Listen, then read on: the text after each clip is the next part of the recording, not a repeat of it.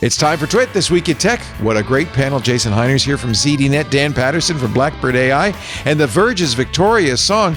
Victoria and Jason were both at the Apple event. We'll have the inside story of all that Apple announced. We're going to talk about the uproar going on in Nepal. Turns out you turn off people's social media, they get pretty upset. And the new little teeny records coming from Target. All that and more coming up next on TWiT. Podcasts you love from people you trust. This is TWiT.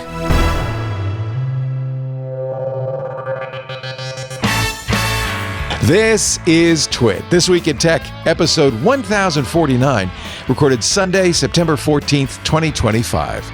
Gas station Lafufu. It's time for TWiT, This Week in Tech, the show we cover the week's tech news, and it has been, as the TV hosts say, a busy week. Fortunately, we have a lovely panel joining us. Jason Hiner is here, editor-in-chief at ZDNet, our good friend. Hello, Jason. Hey, good to be Always here. Good to see you. Yes. I got nothing to say. I'm just welcoming. It's always good to see you. It's always good to see you. Also Likewise, with us, my friend. Dan Patterson, who for many years was at CBS. He's been on our show for years and years and years. He's now at Blackbird AI, where they're doing their best to disabuse disinformation. That's a wonderful word. Disabuse. Yes. I want to disabuse you of your disinformation because you're all wrong. Yeah. Especially this week. Oh, my God. Yeah. Well, we're not going to go into that, actually, because it's really more of a journalism story. But yeah. I was just talking about the new iPhones. Oh, okay. There you go. Well, speaking of the new iPhones, we're thrilled to have Victoria Song here. She is, of course, at The Verge, senior reviewer. And Victoria was at the Apple campus for the big event on Tuesday. Hi, Victoria. Hi, thanks for having me. And I was, in fact, running around that entire campus for that entire day. The whole thing. Well, it's good. It's a ring. Yeah, they actually have these little mini golf carts because it's too far to go from one building to another for your briefings. So they ferry you around in golf carts. Wow. Yes, you get ferried around in golf carts. And once in a while, there's good music on the golf cart, but not always. They have music. Wow. Yeah, how exciting. Sometimes. I know you're a little tired because you have now written three reviews, which will be staged out over the embargo period. Tomorrow, your AirPods 3 review, right? Tuesday, your Apple Watch review. Are you going to do the Ultra as well as the 11? She can't talk about that, Leo. You can't ask her. Well, oh, you can't even say that you've got a review. Jason knows the rules. I don't know the rules because I don't can't ask ever. Her that. Don't ask her that. Don't. Okay. Don't get her Never to ask her that. He can ask anything. That's true. Yeah. You can ask whatever Victoria, you want. Just don't you can make Victoria recuse yourself. Say, I plead the fifth. I plead the fifth. I am under embargo, and you'll find out for what when the embargo lifts. Oh. We can't even say when the embargo deadlines are. Typically, Apple will keep the iPhone embargo till the Wednesday before the phone ships. I know that. What embargo, Leo? I don't. Oh, well, look, I know there's an embargo. You guys don't know. That's fine. I am in no way indebted to Apple. In fact, they don't even like me. So they love you. They just don't admit it. They don't love me. They don't love me. That's very true. Victoria, does Vox have lawyers look at your embargoes? No, she doesn't have embargoes. I'm sorry. That was the wrong question to ask. Vox generally doesn't get the lawyers involved unless you're liable to piss off somebody in a way that is, dangerous to Vox's livelihood. So I've always had a policy of not doing NDAs with anybody. Not so much. I mean, I don't like the idea, but also I'm a loudmouth and I'm a blabbermouth. I can't. If I know something, because I'm on the air like 20 hours a week, so inevitably I'm going to say something. Just to fill time. So. You can push back on most of these companies for NDAs if you say like, look, I'll agree to the embargo, but we don't sign an NDA. Because a lot of them will try to make you sign NDAs when you don't need to. And so if you tell them that, they will almost always roll over, right? Jason, when I worked for you, I did that with Samsung all the time. They were super cool about it every time. It was like, I'll sign whatever, but I can't sign that. And I didn't mind honoring embargoes. That I understand. Yeah. Yep. In fact, frequently I'm sent press releases where they just say this is embargoed.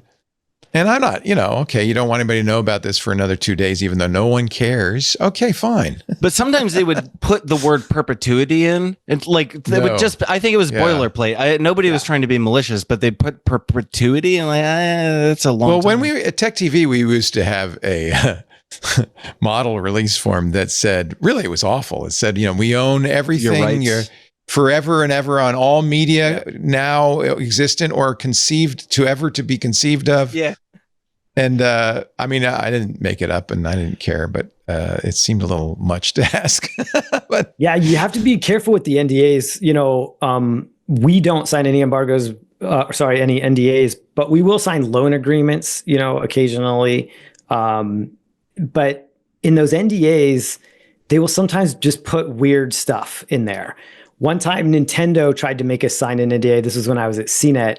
They tried to make us sign an NDA that said we couldn't upload any photos that we took before the embargo to our CMS. No, but we're not going to sign this. We're not. Yeah, we have to. Samsung's always like, you have to take your briefings in a room and no one else that you live with can potentially see or hear them. And it's like, the people I live with, my spouse and my cats, they don't care. They truly don't care. So it's like, sure, I get it. You don't want leaks, but the journalists aren't the ones doing the leaking generally. You can't talk to your team. Exactly. That's a good point. It's usually somebody who works for the company or is contracted to the company to build the devices. Yeah. In fact, this Apple event on Tuesday, or I guess it was Wednesday. It was Tuesday. It was Tuesday. Had nothing of surprise, right? I mean, everything that they announced had already been leaked, which is kind of unusual for Apple. There was no one more thing, no surprises, or were there? Not everything. I mean, there were a lot of rumors that were wrong too, right? A lot of stuff about the AirPods, stuff about AirPods that weren't leaked. There were certainly a number of things that were either leaked wrong, and none of that, you're never going to see Bloomberg's, go on and say, by the way, we were wrong about 7 out of the 28 things that we had here. They're never going to do that. What Mark Gurman always says, and I think some of it's actually legit, is these are pre-announced products, and Apple often will pull a product before it's announced. Like they'll change their mind on it. That's true. And also sometimes, for instance, infrared cameras supposedly might be in the AirPods. Obviously, you're not going to pull that because they've been making them for months. So whatever features are in the AirPods, the new AirPod Pros were kind of locked in months ago. The reason to have the event, though, we hear lots of rumors, but the rumors don't, put it in context for why are they doing it? What's the purpose that they think, these features could have? And so it's like having a collection of parts of that's to make a computer, but it doesn't run anything, right? It doesn't do anything until you actually put it together. The event is where they put it together and they tell us this is why we're doing it. This is who we're aiming this for. This is why we think it'll make a difference. There's another word for that. That's called spin. Marketing. Well, it's also storytelling too. Spin, storytelling, marketing. It's all roughly the same idea, which is here's a set of features, here's a set of facts. Let us shape what that means. Yeah. And to some degree, that's what the briefings are too, is to kind of give you an idea of what Apple's thinking is about all this. Go ahead, Dan. Oh, I think it's exactly that. And Jason hit the key word. It is context, and saying who this product is intended for. And that storytelling element is pretty important. And, earned media is, even for Apple, they need earned media. What we're doing right now earns them media. Every review, every post, it will shut out their competition and earn them millions of dollars of media. All right. That they otherwise would have to buy. So I know that Victoria is, I know you're somewhat restrained, but you can talk about the event, right? And you can, in fact, you live blogged it on The Verge. I did have feelings, and I blogged while it was happening. It was you and Allison Johnson and Jacob Kastronakis were there. Yeah. It was a weird event, I'll say, just because, I think going in, you can suss what the thesis of the event will be. And this year it was a little hard to figure out what that was. And then when we got there and we were sitting down in the theater, it became pretty clear that the thesis was design. Right? They even showed a video at the beginning celebrating, the click wheel and Apple's, heritage of design. This, what is it, 6 years since Johnny Ive left the company. They're back on design. I think at one point in the live blog, I couldn't, promote alcoholism, but I kind of wanted to say drink if you hear the word design again, because it was just brought up so often. Yeah. You saw it when they were talking about the iPhone Air, just everything that went into it, and the floofy, interstitial movie stuff, and then they talked about liquid glass, and I'm of the opinion it's liquid ass. I'm not a liquid glass fan. I haven't, believe it or not, I haven't heard that yet. Wow. Yeah, that's somebody who hates it. it just makes, it's fine, except in certain situations. I've been using the beta for the last couple of months. There are just situations where it becomes illegible because of how how the transparency is. I find it strains my eyes over a long period of use. Other people are like, oh, maybe you should get your eyes checked. Listen, I've been very upfront that I have garbage eyeballs, and that I can't use dark mode because that strains my eyes over a long period of time. I'm stuck with light mode, even though dark mode is much cooler looking. I'm sure that a lot of people find the transparency effect really cool. I have a harder time reading, and I get annoyed. So there's absolutely no question it reduces accessibility. And the good news is there is a switch. You can turn it off. I agree with you. I don't think I have garbage eyeballs, but I agree with you. It does not enhance legibility. Let's put it that way. It's more sizzle than steak. Yeah. Yeah. And it feels like a lot of the whole thing was like orange. It's orange. So, we're talking about design that way. So I like your strawberry sweater, but it's orange. Yes. So I'm not an orange lover, but every once in a while there'll be something that's orange that I will accept. And, with the leaks for the iPhone Pro Max or the Pro Series, I was looking at the orange in the leaks and I was like, oh no, it's looking like a doo-doo brown kind of orange. Yeah. We didn't know what the orange was. People were saying, oh, no, that's going to be copper. It's going to be more muted because Apple's not traditionally a bright color. Certainly not on the Pro devices. It's certainly not. Orange. It's very orange. It's extremely orange. It's a pumpkin spice orange. It's not a sherbet orange. Oh, please don't say it's pumpkin spice. Oh, no. By the way, I ordered orange. I even have an orange case. I am ready. I am going all orange. Wow. I can't wait. Autumnal orange. So like a very nice, deep orange. It's pretty. It's pumpkin. Not like biohazard. Not pumpkin spice, just pumpkin. It's pumpkin orange. It's not biohazard orange. It's not going to like burn your eyeballs out. But it seemed pretty divisive online. Orange? Sure. Sorry. You have an orange chair. You must like orange. The orange sweater. Like we've got all kinds of like. Where's your orange? Here. Yeah, maybe Dan's under embargo too. Jason. That's a hint. That's right. Chair is a hint. Easter eggs.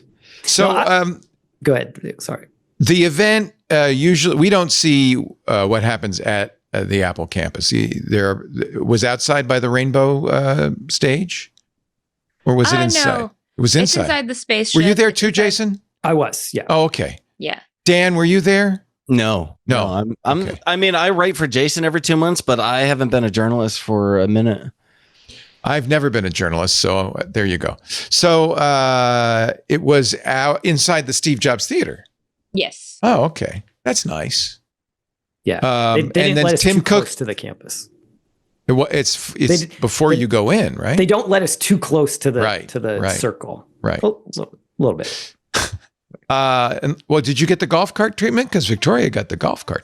I did get the golf cart. Okay, yeah. Mine didn't have music on your golf cart. No, I didn't have any music on. And I only had music in the golf cart at Dub Dub. I didn't have any music this time. I feel like Dub Dub gets the fancier golf carts. This could just be my memory playing tricks, but I'm pretty sure when we were on the golf carts at Dub Dub, I was like, "Ooh, this is sweet." And I think there are speakers around the actual spaceship. There are speakers like Disneyland. There's speakers in the bushes.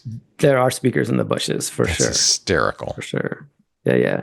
So okay, you're sitting. I have some of your pictures, Victoria. You're sitting in the beautiful Steve Jobs Theater with. I've got to say this. The awe-dropping logo of the Apple looked like it was pretty hot which is not what you want in a phone, but I guess they wanted to tout the vapor cooling. I don't know why they did that.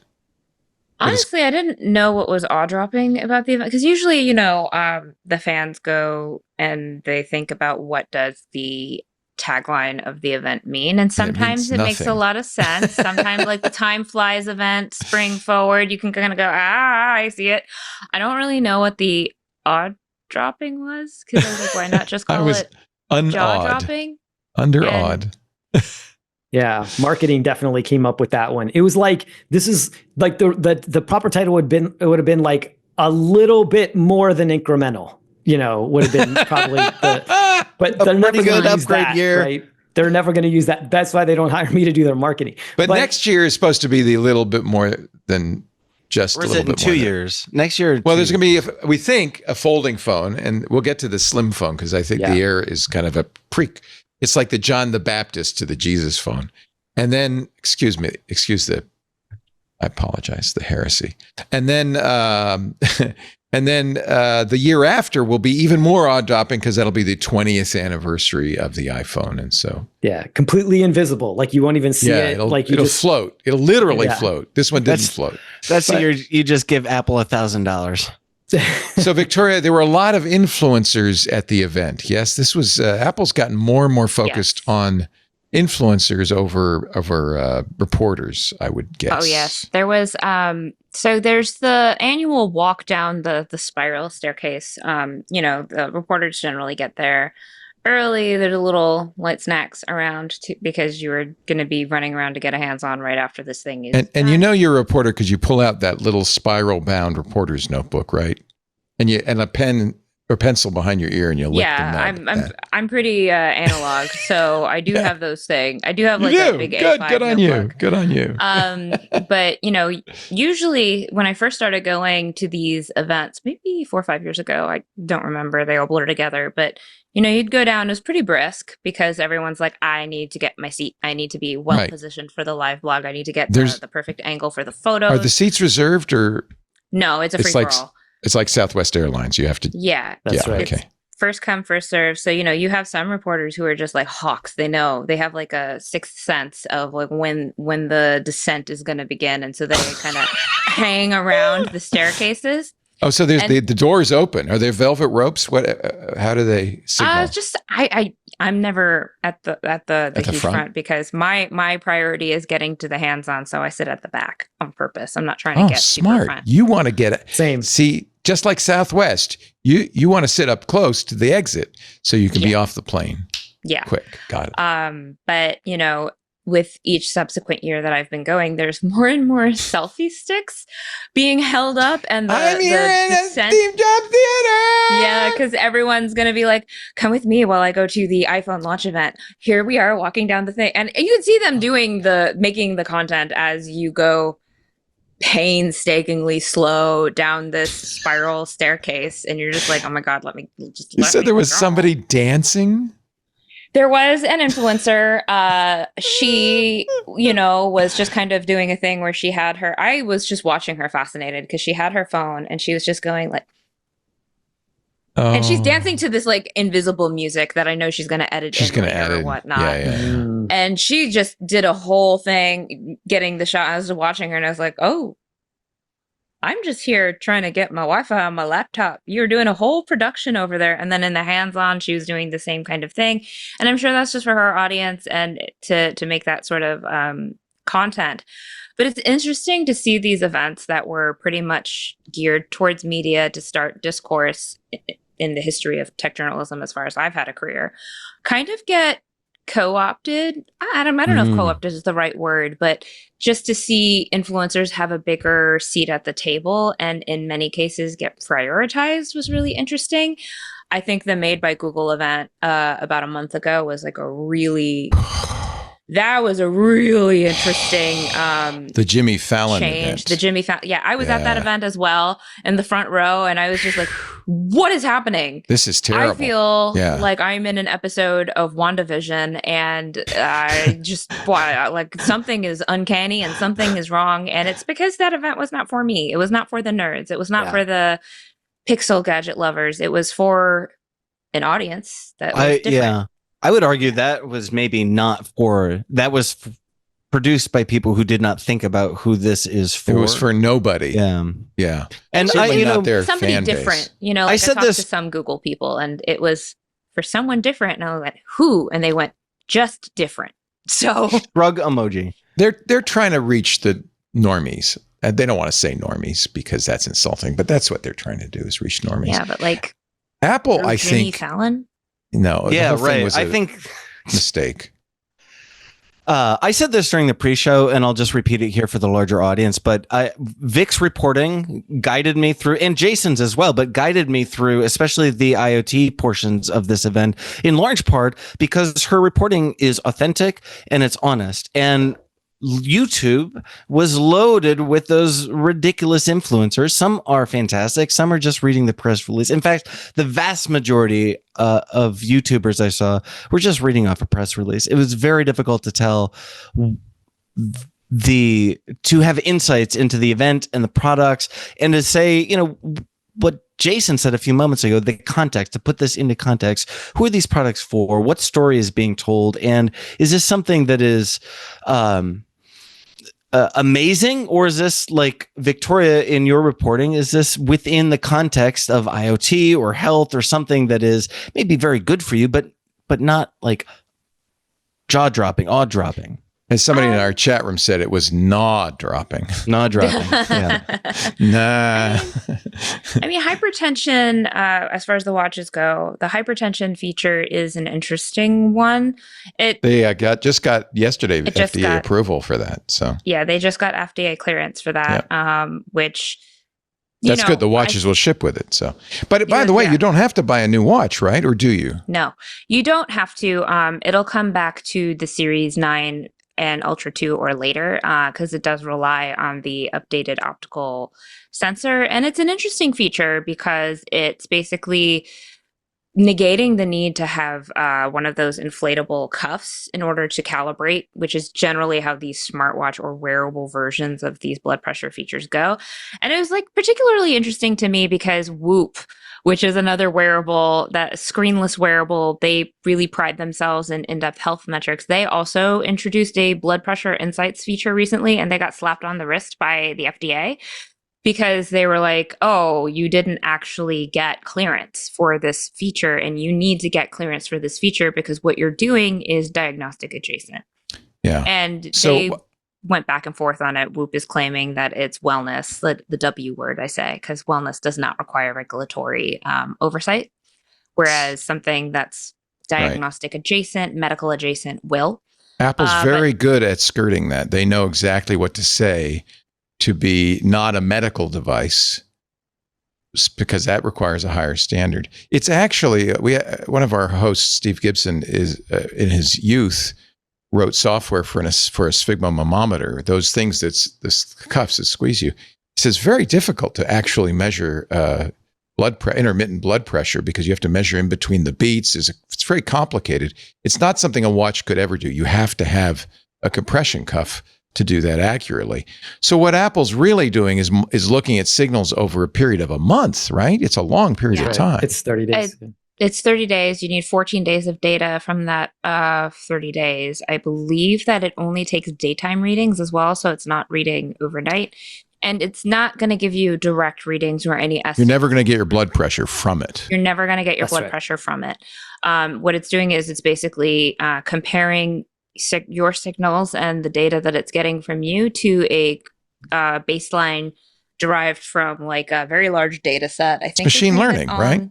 It says machine learning. Yeah, we take these people with hypertension and we see what we get from them and we compare it to yours and But even then, it's not diagnostic. It's a warning. It's like, maybe you should check your blood pressure, that kind of thing. It's what we call a detection feature, and it's sort of like a flag. It's going like, hey, something's a little bit off here, so maybe go talk to your medical provider. And in the world of wearable and health tech, that's kind of the limitations that consumer devices. That's the best you can do, because none of these companies want the liability of diagnosing you with something and being wrong. Right. So that's why more importantly, missing something. Or missing something. Like they don't want to be in trouble for basically giving you a basically they don't want to give you a false negative, right? And then you get blamed for that. So most of them, when they're designing their features, will gear towards not delivering false positives. This is probably as good as you're ever going to get from a watch. I know you're an Aura Ring fan. They don't attempt to do this. Maybe AirPods could get a better look because of the positioning in your ear, but you're never going to get a blood pressure reading from this. However, hypertension is a silent killer. They give you a blood pressure reading? Yeah, there was one by Omron that I tested a couple years ago, and what it does is that I use their sphygmomanometer, but that's the cuff. So they make a watch, huh? They made a watch. It did get FDA clearance. The difference was that there was an inflatable. Oh, there's a wristband. cuff. Oh, okay. Yeah, so there's an inflatable wristband in there, and it squeezes you. Okay. So that's how they. So they do use a cuff. That's how they do it. The holy grail with all of these wearable technologies is non-invasive. Yeah. So non-invasive blood pressure estimates or non-invasive blood glucose monitoring, which I don't care what Bloomberg says, that's not coming anytime soon. I agree. I've talked to the diabetes. It's not going to happen. You have to test the blood anytime soon. Yeah. They've been working on non-invasive blood glucose monitoring technology since 1975. We're 50 years since 1975. Not to sell Apple short, though, because, they showed that video of all the people who are, underwater in his car and the Apple Watch saved his life and all that stuff. The Apple Watch has very clear health benefits, but for sure, it's not a diagnostic tool. The AFib may be a little more accurate, perhaps, than the blood pressure, but it's still not diagnostic. It's not diagnostic. It's what they call it is detection. So they're never going to tell you what it is. It's back when the pandemic was in full swing in 2020, you had a bunch of these wearable companies and researchers partnering together to try and see if they could detect infectious illnesses. Here we are 5 years later, and there's some version of that feature in the Oura Ring called Symptom Radar, but it's very, generic. And they won't even say that it's illness. They'll say there is an early sign that your health is changing. I got one the other day. My temperature, body temperature up a degree over the average.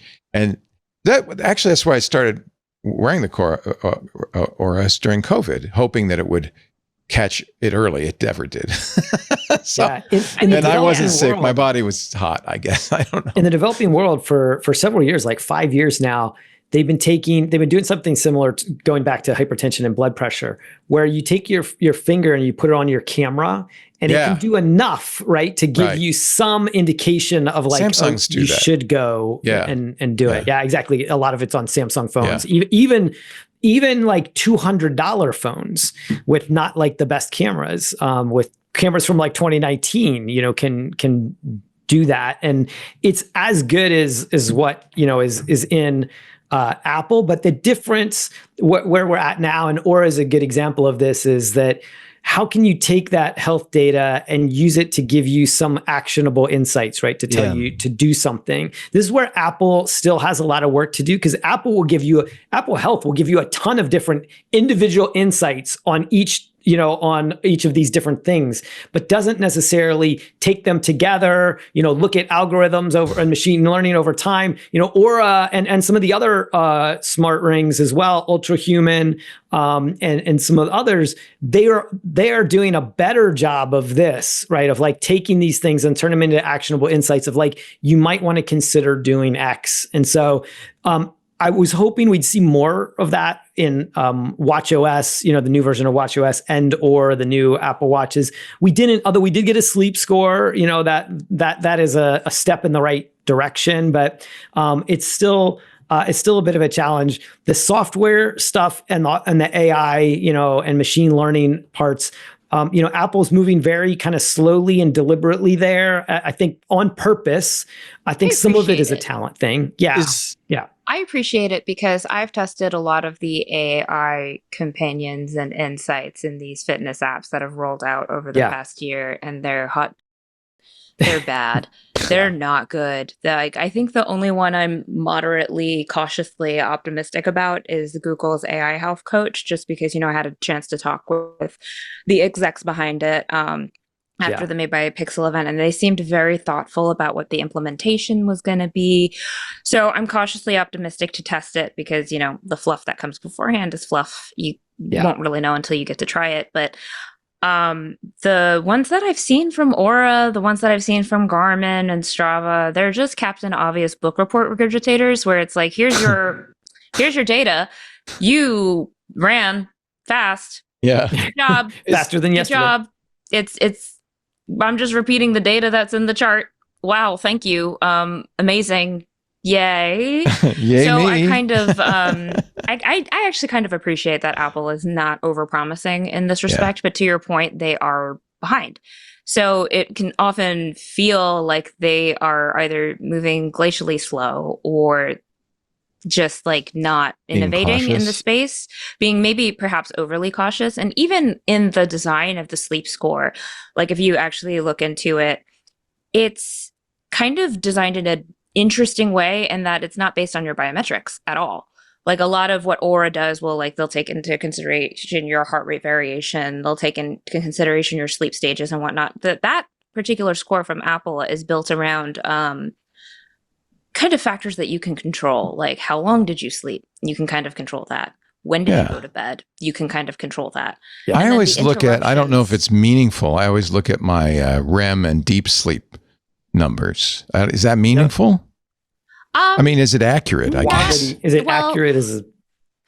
Accuracy is the big question. So, you know, Aura is very dedicated to communicating their science. I believe they're around 80% in terms of accuracy correlation with the gold standard sleep polysomnography, but it's still only 80%. So wearables are a lot better at telling when you fall asleep and when you wake up. Right. The sleep stages, that's kind of, and it's also not within your control. That's not anything you can do. It's only something you can monitor and go like, wow. Yeah, they always try to correlate it to behaviors during the day, like were you stressed? Did you drink a lot of coffee? That kind of stuff. I don't find blue light late at night, you know, stuff. Yeah, like I don't find it all that valuable, but it does gamify my sleep. Like I'm always trying to get a little crown over my sleep score. So we didn't get a ton of. I think what we didn't get is a ton of that kind of stuff at this event. You know, to Victoria's point earlier, they really retrenched to this design and hardware mindset, and really reading between the lines. One of the things that's been interesting over the last couple years from Apple is, you know, the last 2 years have been. 23 and 24 have been like a Vision Pro and an Apple Intelligence story. And really where in both cases, they're like out of their comfort zone, right? Yeah. And so they were not, when I sort of reading between the lines, like I look at the way they talk about things, both on stage and then off stage. And there are ways that the last 2 years, they were not very confident, right? Like when I was working on stuff, they would be emailing me a lot of times, like, what do you think? How did it go? You know, right? Yeah. Checking in. What do you know, how's the testing coming along? So they were just not super confident about it. This event, like they were so confident that they were dropping shade on other people. I was like, okay, they're really confident. So for example, you know, when they talked about photography for their phone, they said, you know, in our phones, we've made it clear we use machine learning, do lots of things. Computational photography, we're doing lots of things. But when you take a picture with our phones, we actually want it to be of a real person. And we actually want it to be based in reality, not made up, you know. So clearly they were dropping shades straight at Google on some of the, you know, computational photography, AI stuff that they were doing. And I was like, okay, they are dropping shade. They are a lot more confident. They're not asking me, what do you think about that feature? They were coming out in confidence. Like they're very confident in their photography. They're very confident in the design of their products. They're very confident in, you know, adding hardware that makes them sort of the most advanced, as they would call it, right? The most advanced hardware you can find in earbuds and phones and watches. So they were much more in their comfort zone in this event. And I think it did show in some of the products, you know, some of the things that they leaned into. Will consumers respond to it? I think that in one sense, they're a little closer to where the consumer is, because I don't think AI is driving a lot of purchases now. It drives Wall Street big time. And that's why, Apple got downgraded by Wall Street analysts after this event, because they didn't talk about AI and all the AI features they were announcing. But I do feel like you look at the shipping dates of some of their products, which got pushed out later and later into October, they did resonate pretty well with consumers. And I think that part, they hit the right notes that they needed to hit to, sell products and get the right kinds of products in the people's hands that want them, that want to buy their stuff. Jason, confidence is key. I'm sorry, Victor. No, I'm just saying that's like a really kind of astute observation about this conflict between what the consumer wants and what the investor wants. Mm-hmm. And then also, like, if you hear the way that Apple has talked about Apple Intelligence, a lot of the times the people I talk to say it's about meeting the consumer where they're at. And some of that you could say is, yes, they're behind, they have to play catch up, they don't really have super impressive things to show for that. So it's very easy to say it's about meeting the consumer where they're at and what they need. But on the other flip side, it's true. Like, as a company, they are much more about the now and what they do well, especially in this event. And especially if you look at the AirPods, right? Because they're like, we have the AirPods. Everybody loves the freaking AirPods. And so we've decided to make the AirPods even more AirPod great. World's best ANC asterisk in an earbud. Like, that's just like the stuff that was being said at this particular event. But then you look at some place like Google and they're just like, AI is the future.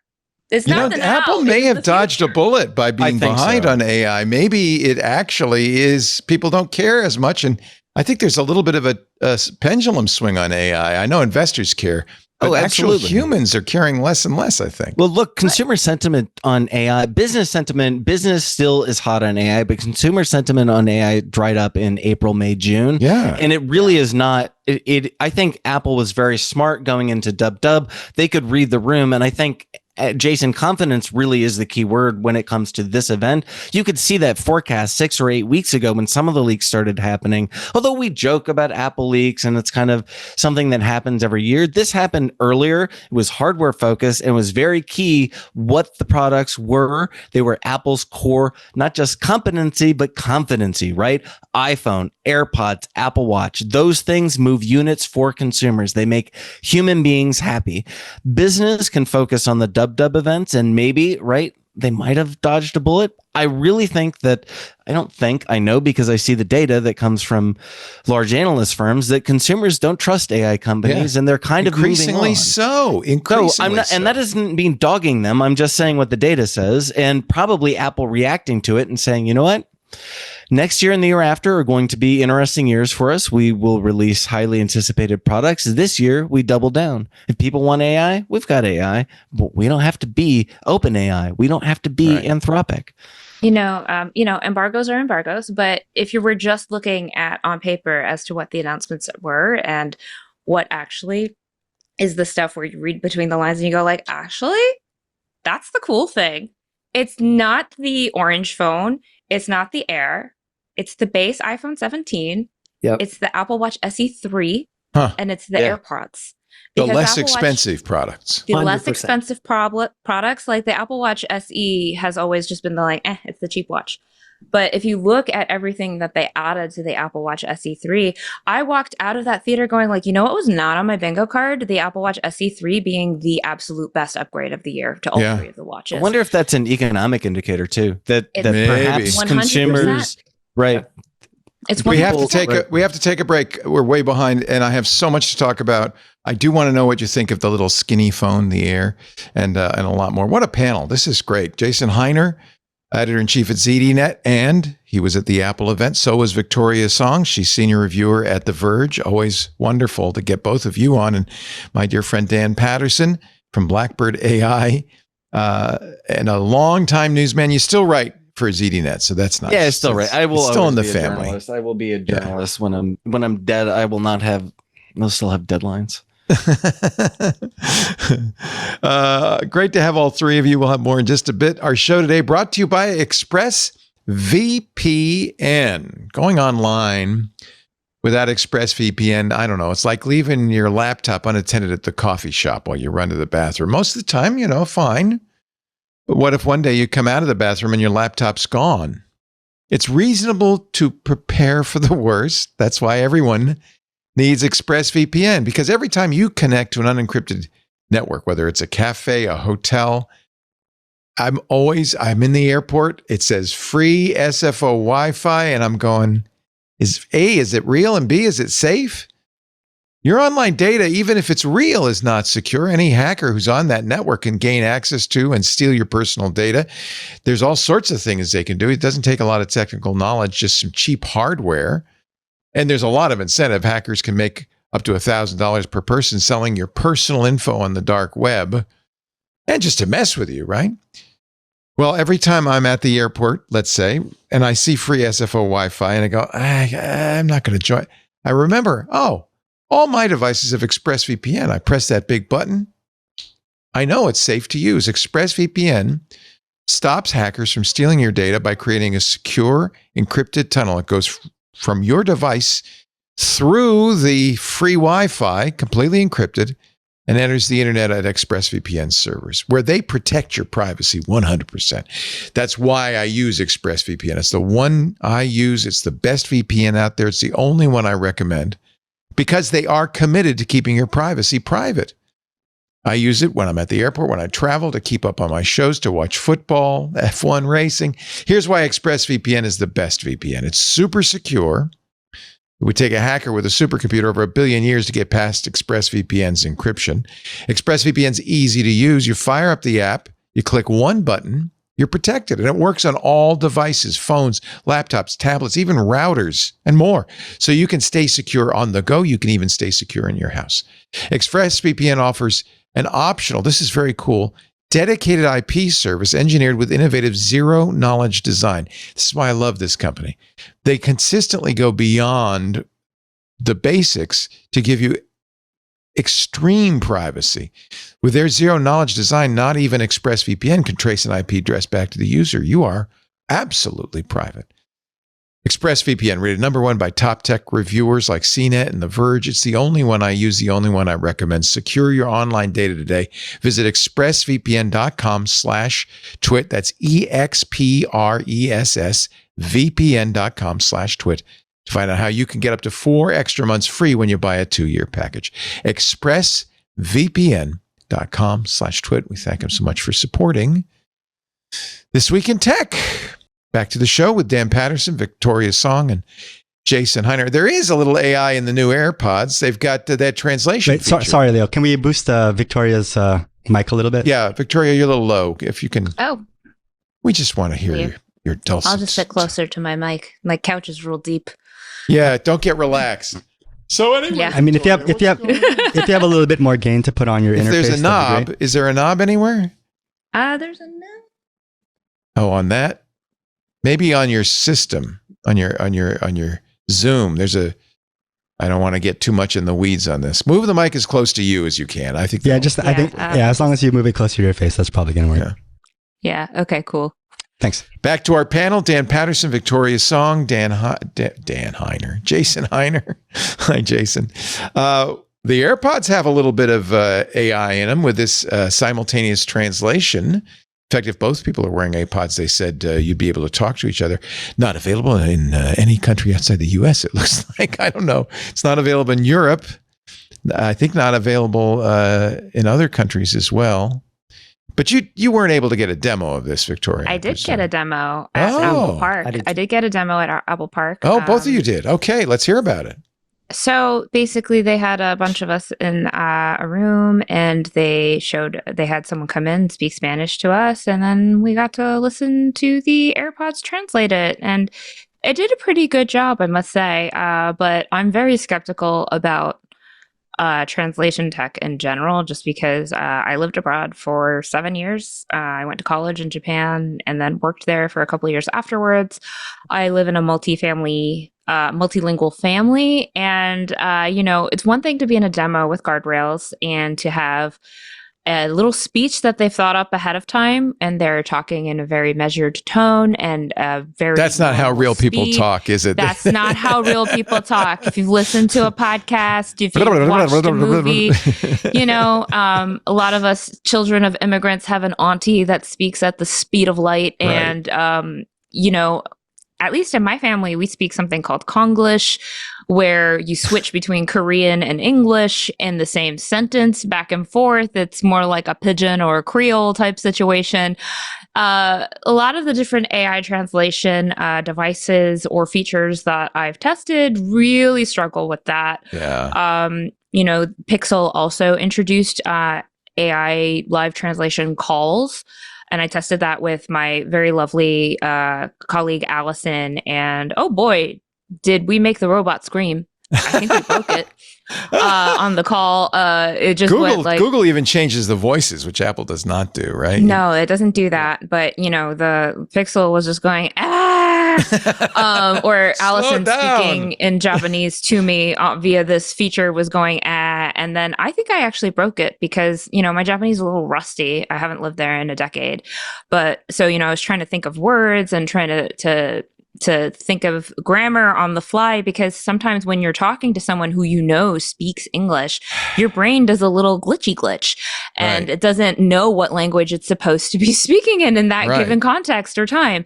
And, so a lot of times when I test this kind of technology, Lord knows the humane AI pin just was really racist to me. That was something. Racist? What do you mean? I was asking it things in Japanese and it just like repeated gibberish back to me, and I was like, okay, that's weird. And then the Pixel. Wow. One of the things that I noticed with the Pixel call was that I was asking about breakfast, or Allison was asking me what I had eaten for breakfast, and they used the word choshoku. Choshoku is like a very formal word for breakfast. You'll see it in menus and you'll see it written. No one speaking to each other in Japanese will use that word. They'll use asagohan, which is the more common word for breakfast. And the AI used choshoku, which I was like, I would only expect to hear that maybe at a hotel, talk to me by a staff who's using super respectful form of the language, or in a menu. So I was kind of thrown off by that usage in the translation. And, those are the kind of nuances that AI translation devices kind of, they quote unquote get lost in translation with. So I think, but at least you would understand what they were saying. I mean, at least the gist. Yeah. I think it's useful for tourists. Like if you're a tourist and you're like, I have no idea how much this costs. How much does this cost? And someone tells you, and you can have that kind of conversation. That's great, because honest to God, Duolingo exists, but I don't necessarily want to use Duolingo for a place that I'm only going to visit for 2 weeks. And I have no interest in like further and diving deep into that culture versus a place that I'm really interested in. And I do want to study that language and that culture. The AI is not quite as helpful there.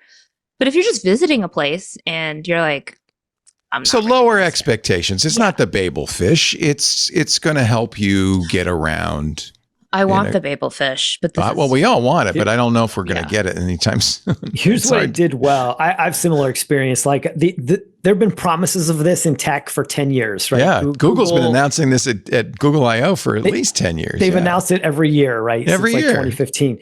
So, and I'm also testing the Pixel 10 Pro XL and the Pixel with the Pixel Buds 2 and trying it there. And every week, so I do some volunteer work with mostly teenagers in literacy. It speaks teenager? Now that would be useful. That would be amazing. Yeah, I'd like that translation. But so in multiple different languages, Spanish, French, Swahili. Wow, good on you. Wolof, several others. So I get the chance to test some of these in the real world. So the demo, I had the same demo that Victoria mentioned. It's largely similar to most of the other demos. Now, here's one thing that I think that impressed me, which is that in these not the demos, but when you actually go to use the product, you have to hit so many different buttons to actually get it to work that by the time wait, like, don't say anything. Wait, hold on. Wait. Say that again.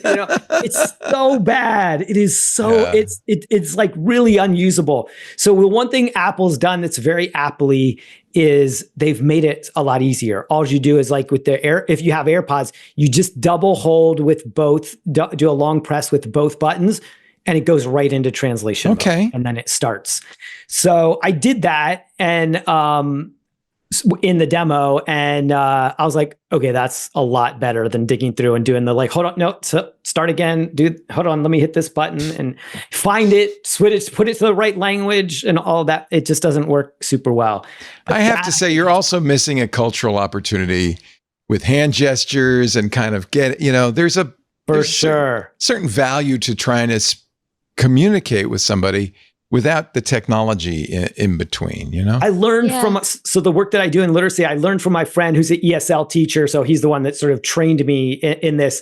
And when he talks, everything is hand gestures. He's like, okay, so we're going to go from here to your house at 6 o'clock. So he's sort of using the body language to tell like 50% of the story, right? And that is a lot of what helps. This is very typical of the tech industry. They see a tech solution to everything, when often it obscures the human element. And I think more and more we're getting kind of disenchanted with turning to tech for these kinds of things, that you lose out somewhat. So anyway, good. Apple put it in there. It's probably appropriate to lower expectations. It isn't the Babel fish. Fine. Okay. It only does like 5 languages to start. They say they got like another 5 that are coming before the end of the year. They've said, we'll see. Like, this stuff is not easy. Like, even doing it at the most basic level to understand conversations is hard, but it is like, it's better than it was 10 years ago. It's better than it was 2 years ago. It's getting there. So, progress. So who's going to buy? Well, you guys don't have to buy anything, but if you had to buy something, would you buy the Air? Who would buy the Air? Who likes the Air? I'm thinking the Air, but I wouldn't buy it. I'm wondering if the Air is they can't sell it in Europe and China because it's the SIM issue yet. Maybe they will be able to. eSIMs are not regulatory approved. But I wonder how sales are going to go for the Air. I think Apple thought it was going to be their best seller, at least from the trackers. Looking at availability, it's not sold out by any means. There's an emotional response to it. So I have no doubt they're going to sell a bunch, because if you go into a store, if you go into the Apple store, if you go into the Verizon store, you pick it up, like, it feels amazing in your hand. Yeah. Like, and you look at it, like it has you have an emotional response to it. So I have no doubt a lot of people are going to buy it. My question is, how many of them are going to regret it? Because the phone, and Victoria mentioned this earlier, the iPhone 17 is actually a better phone this year than the iPhone Air is. The base level 17, they doubled the storage. It essentially is like a 16 Pro without the zoom camera, because they all start with 256 gigs now as storage. Does this phone, and Victoria as well, does the Air point to a future? Is this something that Apple can start with and iterate on, or is this a placeholder because they needed something as a like a highlight or a headline feature? Well, note they didn't give it a year. They didn't give it a model number. It's just the iPhone Air, right? I can see. I mean, I think that I have no interest in it, but I think it's very innovative, and I think it's worth a shot. I think this is because Samsung has. Yeah, that's kind of where I'm going. And it's pretty clear this is going to be the precursor for what they do. I think that's what I'm getting at. Likely what it. I think it's likely a kind of a precursor to a foldable, just because, they're far, far, far behind. How many foldables do we have from Samsung at this point? This is the seventh. Seven. Right? Yeah. Seven. Like 7 of them. So they're far behind in terms of a foldable. And this is just kind of showing that they can make something extremely slim. Yeah. And to Jason's point, like, when you hold it, you're like, oh, this is nice. Does it seem top heavy though? I mean, it's got this giant bump at the top. No, not really. When you hold it in your hand, I was just like, oh, this is quite nice. But the thing that gets me is the dubious camera math that's happening, where they're like, this one camera is the equivalent of 4 cameras. And I'm like, how? How? I'm going to wait for the camera nerds that I know and the reviewers who are much better at photography than I am to kind of weigh in as to what that's actually going to be like. But I don't know, like, you can say that it's a fusion camera and that it's 4 cameras in one, but when I go to a concert and I want to zoom in, am I going to get a potato photo versus like buying one with more cameras and an actual telephoto lens? I think that's something that people are going to have to reckon with. And then the other thing with the Air was like, just tell me how long the battery is going to last without the battery pack. They were doing some weird, like misdirection with like, well, with the battery pack, you'll get X amount of hours of playback. And I was like, yeah, but what about without it? What about just tell me what the battery life is? And they just was like, and isn't it beautiful? All day. It's all day. Yeah. All day battery. All day. I think it's all day. If you know how we can all tell because of the things that tell you how long you use your phone and what you use. If you use your phone like 2.5 to 3 hours a day, I think you'll get through a day with it. That's like a somewhat sort of light to medium user. If you're using your phone 3 to 4 hours a day or more, I don't think you're going to make it all day.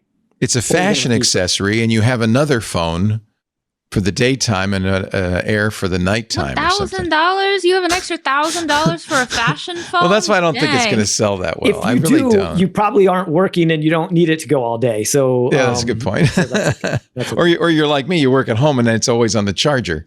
True.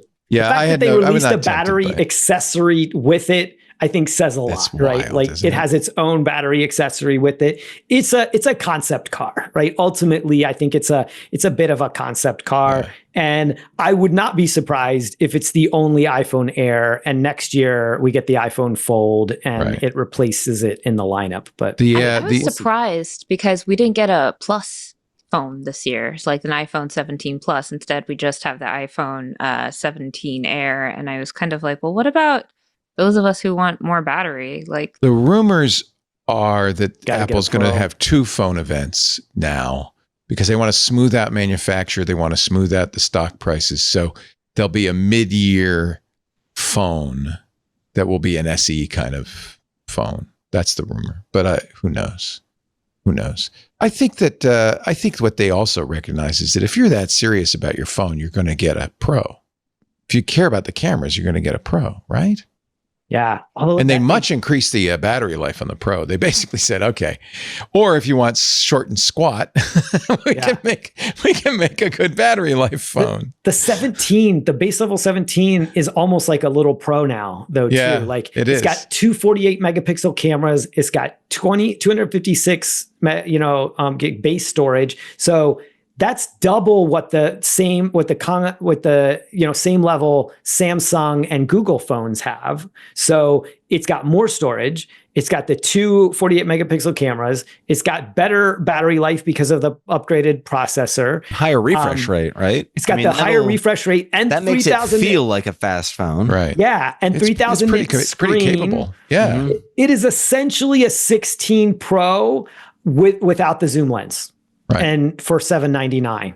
I think they've figured out the consumer categories, and they're saying, okay, certain groups don't care about the camera as much, but the battery life's important.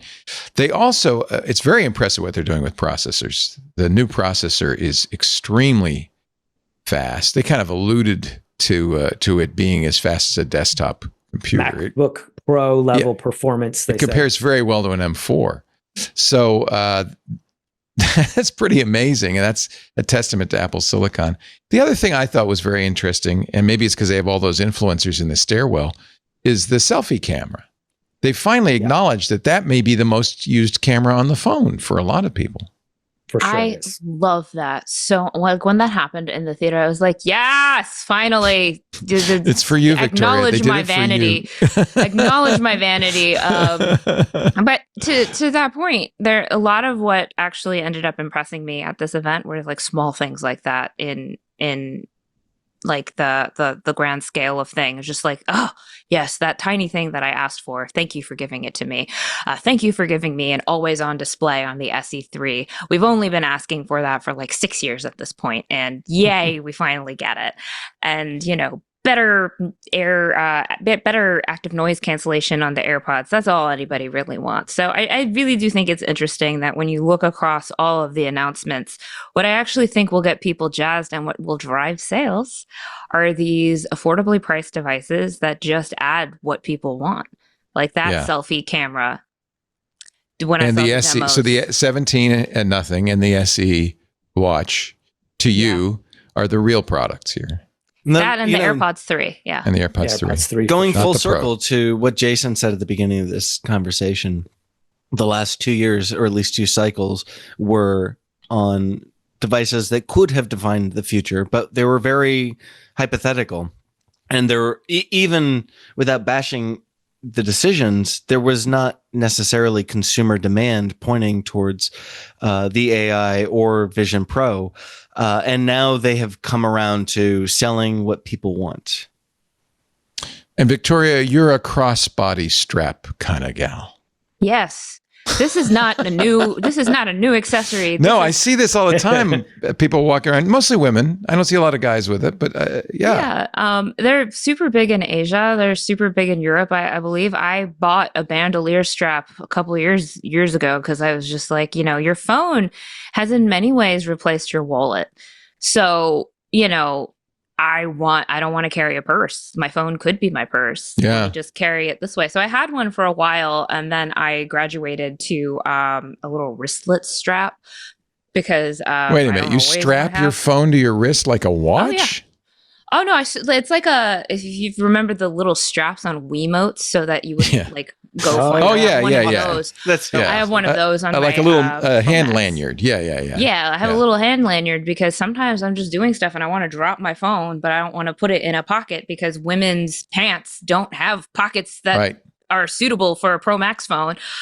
Which is what I have. And so, I have a little hand lanyard on there. So the hands-free aspect of keeping your phone, but not having to put it in a separate other bag makes that crossbody accessory a really smart idea. They have magnets so that you can kind of adjust the length and keep it secure. I'm just like the Etsy makers are going to be real pissed. It's Apple Sherlocking Etsy. That at $59, I think that there will be a market for other. The bandolier strap I got was $98, $100. So this is technically cheaper. So yeah. Wow. I hadn't really seen many, or I hadn't really thought about it that much. And then on the flight home, I saw them everywhere. Obviously, not the Apple version. Once you're aware of it. Yeah. But I was aware of it. So I was like, oh, look, there's one. Oh, there's another one. Oh, look, she's got one too. Yeah. And then I'm walking. It's like, I see them everywhere. I'm like, oh, wow. I guess this is a trend and that I just missed it. It's because they won't give women pockets. They won't give us pockets that are big enough for our phones. In women's clothing. There's no pockets. Like my wife actually calls me pockets. I'm her pocket, basically. And she says, always wear something where you can carry my lipstick, my phone, it's and a conspiracy theory. Why do we have purses? It's because they won't give us pockets in our clothes that you men have. And so we have to buy all these bags. But now we don't want to carry the bags because our phone is basically everything. But you just don't want to carry your phone because then you're just one-handed. So give me the crossbody strap.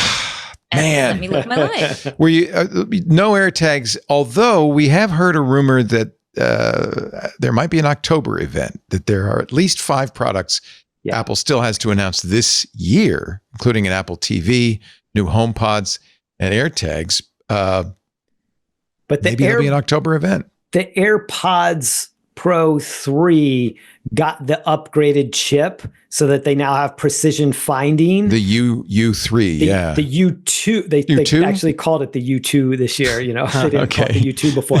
So essentially, that case is now an AirTag, the second gen AirTag. So I think it's probably a tell that the next AirTag is coming because that case on the AirPods Pro 3 has the U2 chip in it. So brilliant. Yeah. So that the AirPods Pro, to Victoria's other point, like the AirPods Pro 3 that was probably my pick for the best upgrade of the whole thing.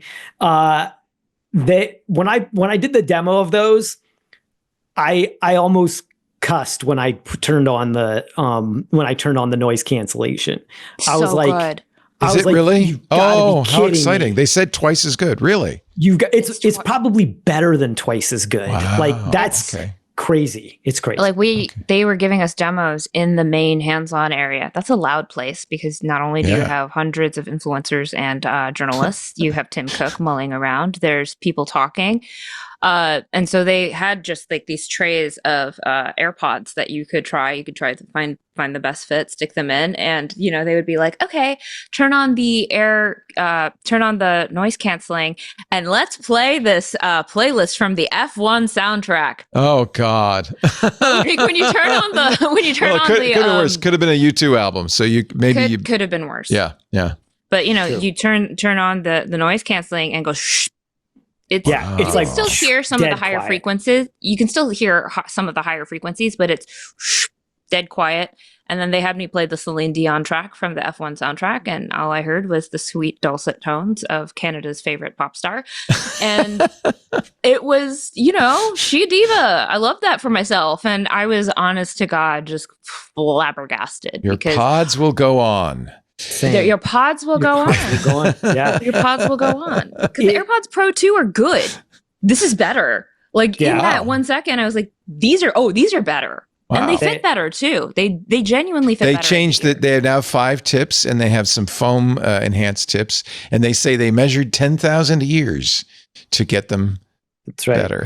The thing that's crazy is I didn't really think you could get better noise cancellation in AirPod. I just thought you're only going to be able to get so good. And I've tried other ones. The Sony XM5 earbuds are really good too. They're about as good as the AirPods Pro 2s. So I just was like, I just don't know how good could they really get. But these are like 80 not to 90% as good as AirPods Max. Like that's how good they are. That sort of blows my mind because on long trips, I still have to use it over the ear. Over the ear, the Bose Quiet Comforts or something. Because, just for battery life and for the fact that it's for the loud plane sounds. Like save your ears, the only thing that's going to. Well, I'm going on a plane in a couple of weeks and I will try the AirPods 3. We don't get review units. We don't do embargoes. So our reviews will be coming out. Micah Sargent and I will both have new iPhones. I'll have the new Ultra 3 watch, the AirPods Pro 3, like everybody else next week. And we'll have our reviews following that. Yeah, we'll hear what you think. I'm sure it's pretty wild. ZDNet and The Verge will have their reviews as soon as they are able. Who can say? Apparently not you. I can't say a damn thing. But I didn't know that. Keep an eye out. But keep an eye peeled. Yeah. Keep an eye out. Sometime soon. I can say this. Typically, the Wednesday before Friday ship date for the iPhones. And I would imagine the other stuff will be in that general range. So remember that they just as a tip, and I think you had the general timing of what last year's embargoes looked like. Right. And remember that they do them one day at a time. So go a day backward, in terms of what history looks like the last few years, the embargo for, the watch and the AirPods tend to be a day or two before the phone. Based on history, not anything that, alone, not anything you would possibly know. Let's take a break. We're done with Apple. Thank God. Oh my God, that was an hour of Apple talk. But you know what? Sorry, Dan. Thanks for your patience. It's still like the number one consumer product out there, I think. It's still pretty close to it. It certainly drives more than half of Apple's sales. And they are nearly a $4 trillion company. So I guess we had to talk about them. Okay. But we're going to move on. We're going to talk about Google and the web, which is apparently, according to Google, in rapid decline when we continue. You are watching This Week in Tech. Victoria Song is here, senior reviewer from The Verge, Dan Patterson of Blackbird AI, and news.danpatterson.com. Is that a newsletter or just a website? It's just this is my Substack. I mean, it's fine. I like if you want to put something up, I write a column for Jason quarterly or every 2 months, I think. Nice. All right. That's better. Send people to ZDNet. Yeah. Let's go to ZDNet. They'll probably have a bunch of reviews up there soon. Editor-in-chief. And if you would like to read about geopolitical swings caused by narrative attacks and disinformation, you can read my stuff. It's actually we're going to talk about Nepal. What's going on in Nepal is wild. That's a lot of fun. All right, we go from iPhone to Nepal. I don't know, but now you're talking my language, Leo. It's wild. And this week there have been a number of calls for banning social media. I mean, we've been covering this for a year. It's been pretty nuts. Yeah. Is social media a hazard? I don't know. We'll talk about that and more. I quit social media a long time ago. Yeah, I don't like it. And Dan and I did a podcast in 2018 where we both said that we were retiring from social media. Did you keep it up?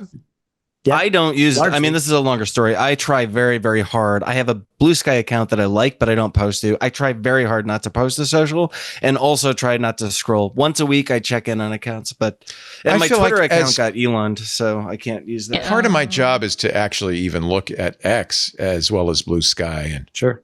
I can't even log in. I'm prevented from creating new accounts. Good. So anything that I create, I'm not joking. Like I logged into my Twitter one day and it said, "You are a hazard to the Twitter community." And you're kidding. No, I'll send you a screenshot. That's a badge I'll send you a screenshot right now. You're a hazard to the Twitter Not community. a hazard, but like because of we've examined your posts and we've found that blah blah blah. But that's I don't post there. But I do have a blog which cross posts to his, I really don't want to get into Elon stuff or nonsense about that website. It just turns into a rabbit hole. But when Dan and I did that podcast in 2018, because Dan and I met on social media, we couldn't even really remember when or where, but I had calculated I was spending like 2 to 3 hours a day on social media. Yeah. And so I was like, okay, this has got to stop. So I said, I'm gonna limit it to like 15 minutes a day to check in on things occasionally. So occasionally I post on LinkedIn or Instagram still, but I pretty much kept this up. So what I said at the time was for a year, I'm going to take that 2 to 3 hours a day that I was spending, and I'm going to trade that for two things. I'm going to read books because I realized it had been 2 years since I had read a book, which is shameful to say. So I'm going to read books. Much better use of your time. And they were still digital books. They were Kindle. I wasn't filling up my shelves. That's okay. Or audiobooks. I remember that. And audiobooks. Yeah. And then I'm going to spend the time, I'm going to actually meet, because I realized that I also had like kind of stopped meeting my friends in real life. So I said, I'm going to go out to lunch or do phone calls with people instead, like a smaller group of people. But, I'm going to do that for a year. And after a year, I felt so much better connected. I felt so much my mental health felt so much better. And I was like, I didn't even think about the date because it was sometime in the summer of 2018 when Dan and I did that. And I didn't even think about when the date came because there was no way I was going to go back and stop, doing it. So I really have just kind of kept that going. For 7 years you've been doing that. Jason, that's tremendous. Yeah, for sure. You missed a lot. I stopped in 22. That's so wholesome. It's so I'm wholesome. not there. I'm not involved like that yet. I'm still doom scrolling on TikTok because I won't. There's so much good beef on there, and I'm just like, it's so tasty. It's Where's so tasty. the beef? See, I find friends like you who then tell me the stuff that I missed. That's my wife's job. I carry her stuff Yeah. around in my pocket, and she tells me what's going on social. It's perfect. It's a good match. Marriage made in heaven. There you go. We will continue in just a moment. I can't even log in. I love that you've been banned. Is amazing. What a badge of honor. A badge of honor for sure. What did you say? For sure. I didn't say anything, but I did have an account where I'm not going to go into this rabbit hole, but I was actively covering the acquisition of Twitter in for CBS. I was on air every single day, 9,000 times a day, talking about the acquisition. Never disparaging, ever. Never. I would never say something disparaging on air or off air. Well, off air, yeah, but or on our show. But no, I would never disparage ever. I mean, you're very good about that. You're very good about that. I got a honorary blue check. I don't even post. So, but it lets me use Grok for free. So that's good. I took but it did, so long it did. to get a blue check. Jason, I think you and I. I didn't want a blue check. They forced it down my throat. They took it away. I was in the audio beta. Pay for it. I'm never going to pay for it. Oh, I wouldn't pay for it, but I don't want people to think I paid for it. I'm like Cory Doctorow. His handle says non-consensual blue check. I remember. I am a non-consensual I did buy a plaque, though. Let me show you this. Oh, you know what? He turned me on to Libro.fm, which I used to buy his new book. Nice. When Elon bought Twitter, they somebody clever put this up on Etsy, and I had to buy it. It's a little plaque honoring. It says, "In honor of Leo Laporte, who had a verified Twitter account before they were available for purchase." Oh my God, I wish I had amazing. that. And note the date. Forever. The date of Elon's acquisition, November 2022. Oh, wow. I wish. And so I did, and then he bought it, and it disappeared, and then it's mysteriously reappeared. And I don't even. They started sending some people back. They never sent mine back for sure either. I don't think it's an honor in any way. So let's take a break. I've been trying to take a break for 15 minutes, and we're going to take one now. Gosh darn it, because we got all these great advertisers, and we got a great panel too. I hate to stop. We'll get right back to the panel in a sec. But first, a word from our sponsor. This Week in Tech, brought to you this week by Bitwarden, the trusted leader in password, passkey, and even secrets management. Bitwarden is consistently ranked number 1 in user satisfaction. You'll see it on G2. You'll see it in software reviews. More than 10 million users across 180 countries. I've been a proud Bitwarden user for years. I was kind of surprised to see 50,000 businesses use Bitwarden. I guess I shouldn't be surprised. Bitwarden has features no one else can match. In fact, here's some great news if you use AI, especially if you're in business using AI. Bitwarden just launched an MCP server. You can actually get it. Source code's available on the Bitwarden GitHub. And what it does, I mean, if you know, what it does is it enables secure integration between AI agents and your Bitwarden credential workflow. And this is a big deal because a lot of times when you're using an AI agent, agentic AI, you need to log into a site, to buy plane tickets or whatever. Do you want to send your password to the AI? Do you want to exfiltrate it? No. Well, this makes it so much easier.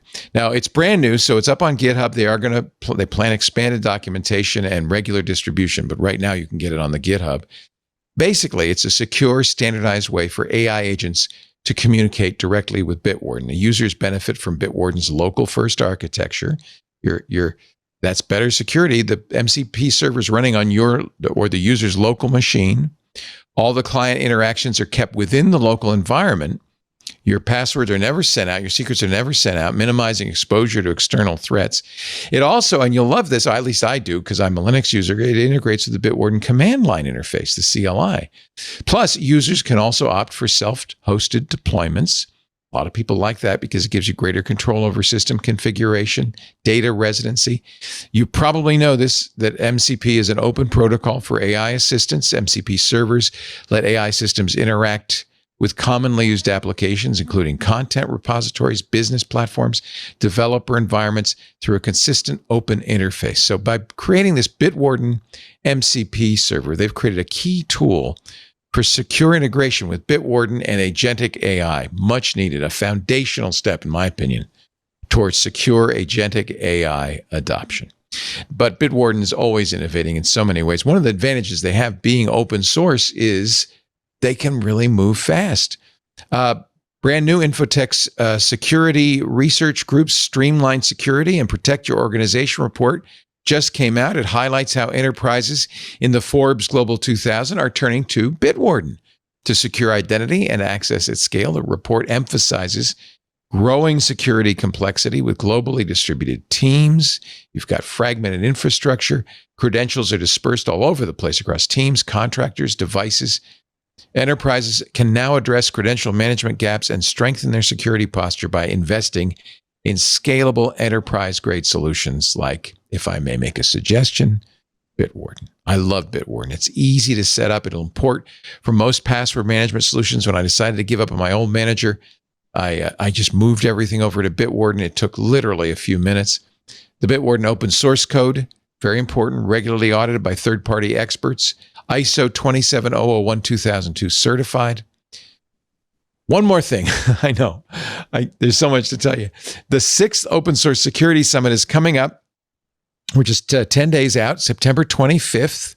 Register now for this virtual free industry event at, one word, Open Source Security Summit, opensourcesecuritysummit.com, to explore advancements in how open source security is changing things. I think personally, any crypto you use absolutely has to be open source, and that includes password managers.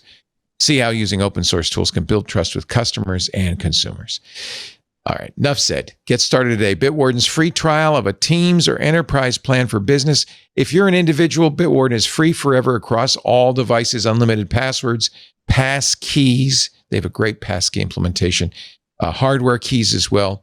Individual users go to bitwarden.com/twit. And I know you use a password manager, but if you're not using Bitwarden, you might want to give it a try. And if friends and family are not using a password manager, tell them it's free. Bitwarden.com/twit. There's no excuse. They need to use a password manager. And this is the best. Bitwarden.com/twit. All right. Enough of that.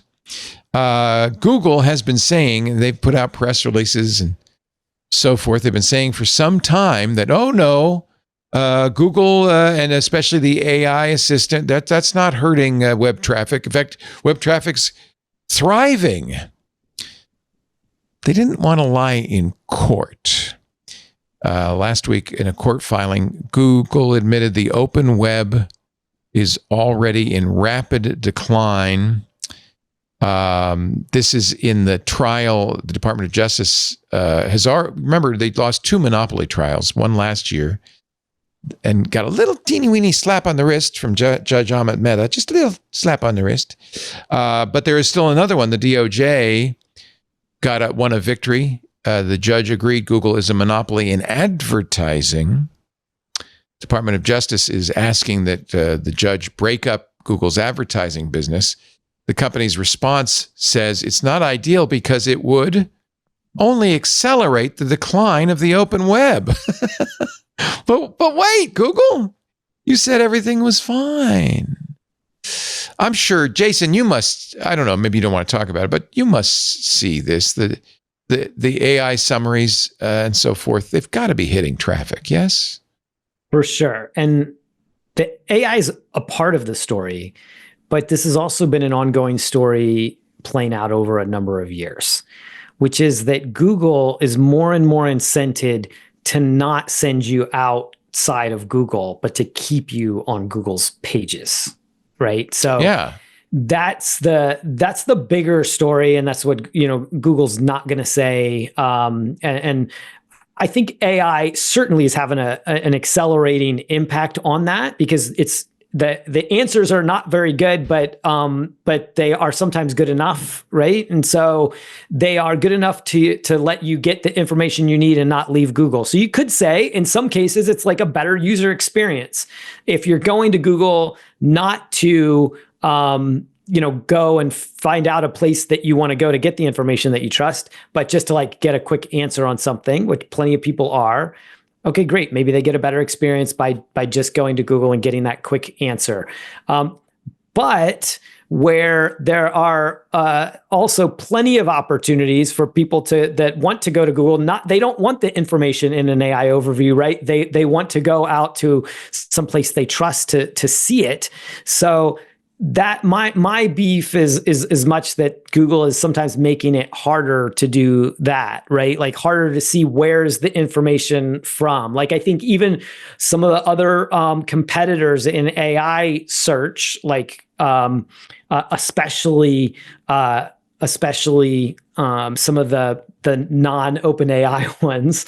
OpenAI also is wanting to keep you in OpenAI's ecosystem, but Perplexity and Claude from Anthropic, they are a little bit better at showing you, like in parentheses, here's where it is, or click it and you see the sources. When I see something in one of those AI searches, like I'm looking at the sources and then I'm going to verify it. Now I'm a journalist. I know not everybody thinks that way, but I do think that that there are plenty of people who would like to verify, trust and verify. And I think Google and OpenAI are the ones that make it harder than anybody else. And those are the two biggest, right, where people are going and getting a lot of this AI-based information. But all that's, again, to go back to the original point, Google has been on this path for a while where it's trying to keep you in the Google ecosystem and not sending you out to sites like ZDNet or so it's not just AI or The Verge. And it's such a fast-moving space. Jason mentioned Perplexity, which has changed their search product their iterations are coming pretty quickly.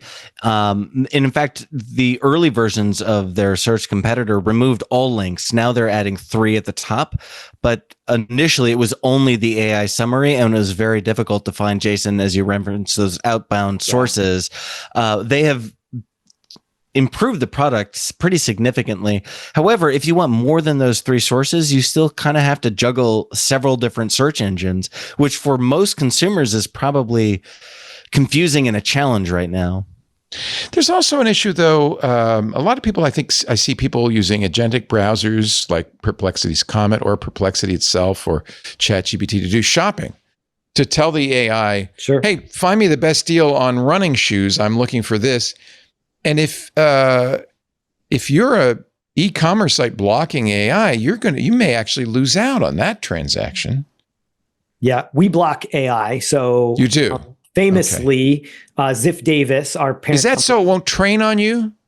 So it won't train on your data, but also so it's not scraping all the stuff that you don't want it to scrape. Because one of the real innovations of all of these generative AI companies is not so much their AI, it's that they've built the best scrapers in the world that no matter how much you try to block them, they still essentially steal all of your content. And Google's problematic because it's also their search spider. So you can't block it because you won't open the search either. You'll be invisible to the world. That's really sneaky. In fact, that would be one for the judge or the DOJ to say, look, you got to separate your AI crawling with your search crawling. You can bet that's going to come up in court. Yeah, for sure. Didn't he also say, didn't Meta also say in his ruling, like, I was thinking a lot harder on this, but the inclusion of AI into this whole thing, that's why you're kind of walking away with a slap on the wrist. Right. I think so, yeah. He said, in the intervening years since I found you guilty of being a monopoly, AI is kind of eating your lunch. So we don't have to worry. Job done. Doing a Google search sucks now. I gotta say, it's not, it really does. For a long time they were doing the, or at least I was doing the question I want to find an answer to, Reddit. Because that's where you're going to find the better answers from.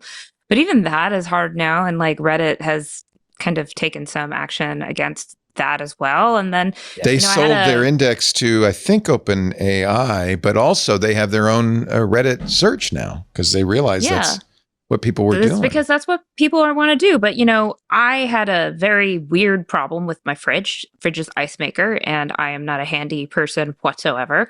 So I was like, let me Google, why are clay balls coming out of my ice maker? Okay.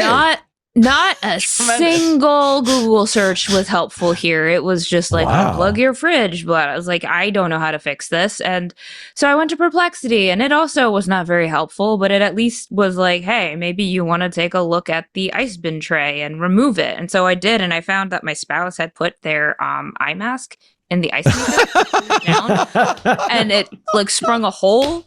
So these clay balls were coming out of my ice maker. I was like, I guess through the power of AI search and common sense, emphasis on common sense, I was kind of able to find an answer, but I had spent a solid 20 minutes on Google just trying to find out why uniform clay balls. So I thought, I don't know anything about fridges.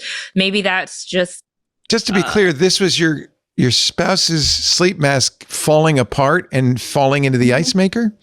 Well, he put it in there to freeze it a bit quicker because they have migraines, and so that helps to put like a cold eye mask. Oh yeah. No, I think that's a good idea. So they were trying to freeze it faster, but then it fell deeper into the ice dispenser, and then it sprung a hole. So anytime you try to get ice, there's just these tiny clay balls falling out. And I was like, what is happening? Do they have I know there's a water filter in fridges. Is this like the water filter? Well, Kagi gave me the possible explanations right away. So, and I think it would have helped you narrow it down. So maybe Perplexity just wasn't the right. I pay for really Kagi search over Google search because I like the idea of paying for search. Another search that really just made me angry was I've been watching Law and Order SVU because my spouse had never seen it. And I was like, how could you not see Law and Order SVU? This is an American institution. We must fix this gap in your education. Hagate, yes. You need to know who all these people are. And then, Ice-T comes on as the quintessential Odafin Tutuola. And he was like, I thought, he has a ponytail? I thought he was bald. I think it was bald. So I was trying to find out what season he cuts that ponytail off. And Google was not helpful. Going, what season does Odafin Tutuolo cut his ponytail off? Reddit, not helpful. I just found a discourse about whether they preferred bald Finn or ponytail Finn. And so, I kept searching. And again, I used Perplexity and it told me the wrong answer. And I went on a podcast and said the wrong answer. And people. Oh, I bet you heard from the internet search I did, engine. Yes. And, I had checked. And I had checked the source. It gave a bad source. It wasn't able to really discern the actual answer. And so I tried it again, fixing my query. And then it Season gave 13, a different right? answer. In the Scorched Earth episode. Is that correct? Oh my God. So it told me season 4, then it told me season 9. And now you're telling me it's season... What?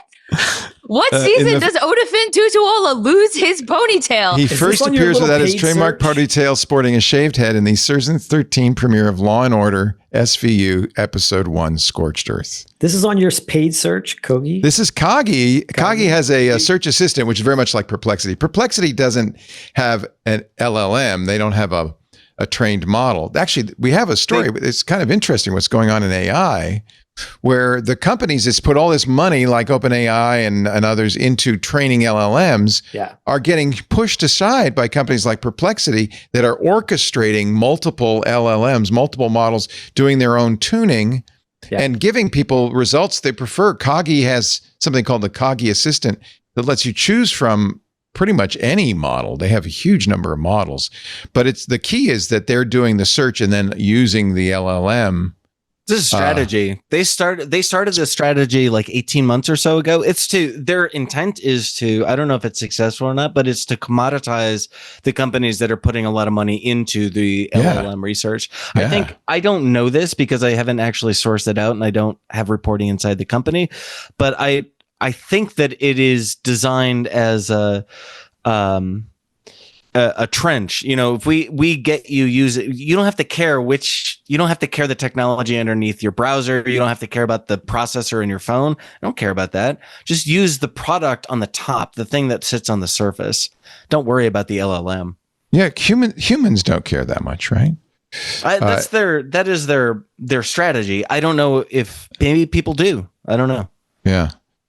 This is the story from Bloomberg. AI's $344 billion language model bet looks fragile.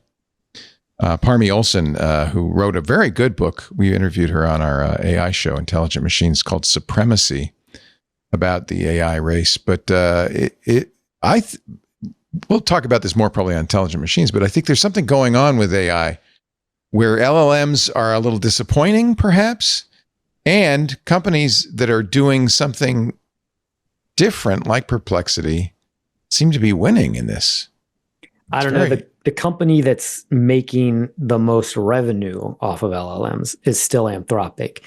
And they went from $0 in 2020 to $100 million in 2023. That's because of Claude Code, I would bet, mostly. It is because of their API. Enterprise. Their enterprise. Yes, almost all API. To $1 billion at the beginning of 2024 in terms of their revenue run rate. By middle of this year, they were at $500 million. So they 10x'd from 100 million to $1 billion. And then are on track to 10x again from 1 billion to 10 billion this year. They are absolutely fake numbers running. You don't buy it, huh, Victoria? I'm just like these numbers are so large that they seem fake. Well, there's also some headwinds for a couple of things. One, Anthropic, which thought it was over in the authors lawsuit. Remember, they made a settlement with the authors, which some said, wow, $1.5 billion. That's like $3,000 per suing author. The judge said, no, that's way too low. And the potential risk is in the trillions. So that's headwind number one. We don't know what's going to happen in that case. Judge Alsup said, no, you're not going to get off with $1.5 billion, which Anthropic must have went, oh. The other one I thought was interesting. This weekend, The Information had a story that Anthropic has chosen not to appease dear leader, where every other AI company, and Apple too, and Meta and everybody else are courting the Trump administration.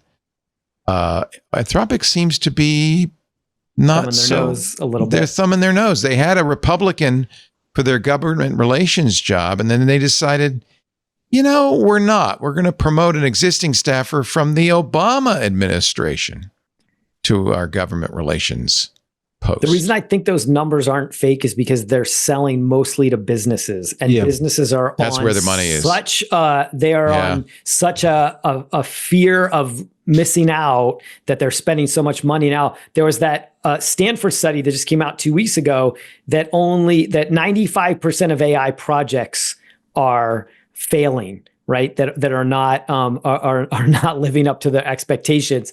But Anthropic still gets paid no matter what. Like they are selling all of this access to LLMs to companies all over the world, and especially some of the biggest ones, banks, hospitals. Oh no, I believe the figures are real. I just mean when you get to numbers that big, they just feel fake. It feels because it's like so silly. hard to. Yeah, it feels silly. It's so hard to really just like envision what that means for the average person and how much we're actually putting into these technologies that the average person is just like, what the hell is this?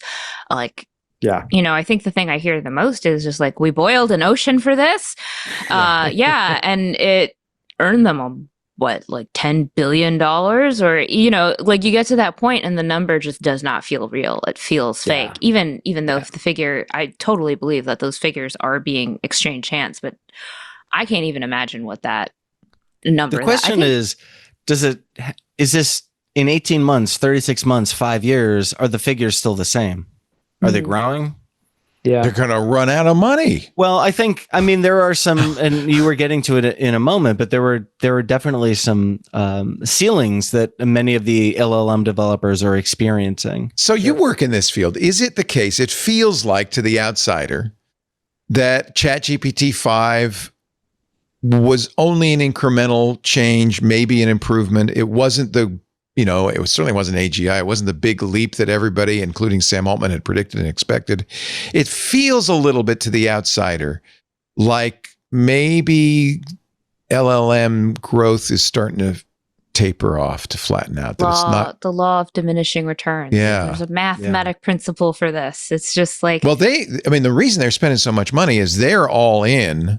We just interviewed Karen Howe, who wrote Empire of AI, and this is one of the tremendous book. Really good book. There's one of the things she said about them is they're all in on scale. In fact, this is OpenAI's law is everything gets better. You just got to pour compute and CPUs and GPUs at this, and it'll get better and better ad infinitum. That's their bet. That's the bet. And that's why it's costing so much. That's why Sam says it's going to cost $1 trillion to get AGI. Now, admittedly, if they do get AGI, there's an upside. Sure. It'll pay off. Is and I do not work for Anthropic. I've written one thing about Anthropic. One of the things that I appreciate about them is the CEO said all of these terms that you hear, AGI, super intelligence. He said, even in reasoning models, he said, these are marketing terms. Yes. They mean nothing. They are marketing terms. They have no technical meaning.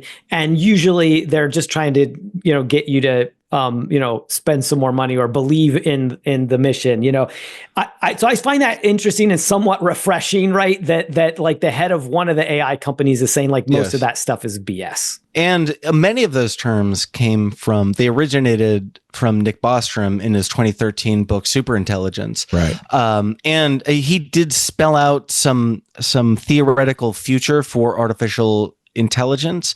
But like Jason just said, there was no technical. This was not a technical roadmap. It was simply it was a kind of a logic problem. This is how artificial intelligence could progress. And what he was able to do is kind of light a fire under many of the people who are now defining AI. Sam Altman, the leaders at Anthropic and at Google. And, we've seen many of their interpersonal spats, but really, what Jason is saying is absolutely right. These were terms that came into our vernacular in 2013 because of Nick Bostrom, and they were really just he's a philosopher. He's himself has got into hot water for some of the things that he said. He's got his own issues. Yeah, his own challenges. But the point is that the words originated as kind of a logic problem and not a technical. He's the guy who promoted the simulation theory. He was the guy who came up with the paperclip thing where if you don't tell an AI, if you give an AI a job to do and you're not clear about it, you could turn the entire universe into paper clips. We're going to talk a lot more about it on Intelligent Machines, and we interview people all the time about these kinds of topics. But I feel a change in the wind. I think another AI winter might be coming. And part of it is this dependence on LLMs. OpenAI's paper about AI hallucinations, at least one commentator, Wu Xing, who's a professor of mathematics and physical science at the University of Sheffield, says that basically what OpenAI has admitted now with this paper is hallucinations are inevitable with LLMs. You cannot get around them. And that could be problematic. We're also seeing a great story in 404. The software engineers paid to fix vibe-coded messes. Apparently, there's a category on LinkedIn, a growing profession of vibe code cleanup specialists. Wow. I think just yeet me to Jupiter. That's horrible. Wait a minute. Now, you young people, you gotta. I don't have the earbuds in. Yeet me to Jupiter. Yeah, is that what you said? Just launch my body in a rocket to Jupiter because that's dystopian. A vibe code cleanup specialist. I could not think of a worse job title to have because it sort of like defeats the purpose of or at least what they say vibe coding is. Like they quote a Fiverr freelancer Hamid Siddiqui, who offers to review and fix your vibe code. He says, "I've been offering vibe coding fixer services for about 2 years now. Currently, I work with about 15 to 20 clients regularly with additional one-off projects throughout the year." Problem with vibe coding is it's very easy to create a mess of code that sort of works. Yeah, it works best. So this is interesting. So I also look after a brand called Spiceworks, which is a community for professionals. Mm-hmm. Right. And we have a guy there, Peter Tsai, really smart guy. He's the head of research. He had a background as in software engineering, and super smart guy. But he has done some vibe coding, but the thing is he understands the underlying code, right? So he can create it. But then he can go review it and clean it up, right? And do the last mile, like 10 to 20% that you have to do to connect the dots and make it work. Yeah. And so he's been doing some writing about this, is going to be doing some more, and is going to be doing it. We have an event in November, Spice World, that brings together a lot of technology professionals. And so Peter's going to be, talking more about this and how important that last mile piece is. Like without that, like you can end up in some trouble. Jason, I'm writing this for you right now. I love it. I'm writing it because I work with. So let me first say there's still a tremendous amount of not just value. I say that maybe in a colloquial way, but there's a lot to be gained from LLMs. We use them every day, and I work with engineers and intelligence analysts who, it's very important for us to examine what's happening and get a very accurate sense of what's happening on the internet. And Jason, I think that. I do the exact same thing with words every single day with LLMs. If somebody turned in code, if you if you told Anthropic or OpenAI to write something and turned it into you or another editor, can you tell within the first 3 words this was written by AI? Yes, for sure. Absolutely. Can you really? Oh, interesting. Yes, absolutely. It uses the same cliches over and over and over. Yeah. But it's same with vibe coding. So I'm sure that a developer, Leo, to your point, can probably look at the programming and say, this is very silly language. Why would nobody would write it like this if you had the underlying understanding of how it works? That's the reality, right? And if we all knew the reality of that, or if that's what we, it's not cool marketing, but if we all understood that fundamentally, then you could use the tool in a way that's useful. However, we're calling it vibe coding. And the way that they're saying is that anyone, you would coding ding dong dingbat, you can vibe code and create something that's like super great. And now we don't need the experts anymore. And that's just simply not true. Exactly. It's misleading. And my editor for the Vergecast assigned me a vibe coding project, and I was like, I hope you know that I only passed computer science in high school because a blizzard whited out my final, and a miracle happened. That's the only reason why. So he made me try and code a thing, and You're perfect for vibe coding. You're perfect for the life of me could not get it to work. It was like, just do this and copy this HTML, and I was like, I don't want to. The whole point, the whole premise that you're trying to sell is that a ding dong dingbat at coding like me could create an app that works with no help whatsoever. And that is just not true. I'm not a dum-dum, but I am not equipped to vibe code without understanding the principles of coding. So it's just sort of like, I need to take a break. I want to ask you, Victoria, about Meta Connect, which is coming up soon. I am very interested in what they might be announcing. We're going to cover the stream as we always do in the club. Yeah, get your glasses ready. All right, everybody. That's Jason, Dan, would you join us, please? We're all yeeting to Jupiter now. Here we go. Yeah, I'm going. Mine are the other way around. These are like the 70s version. It doesn't count. Upside down. That's all right. Do it upside down, Dan. I like it. That's good. All right.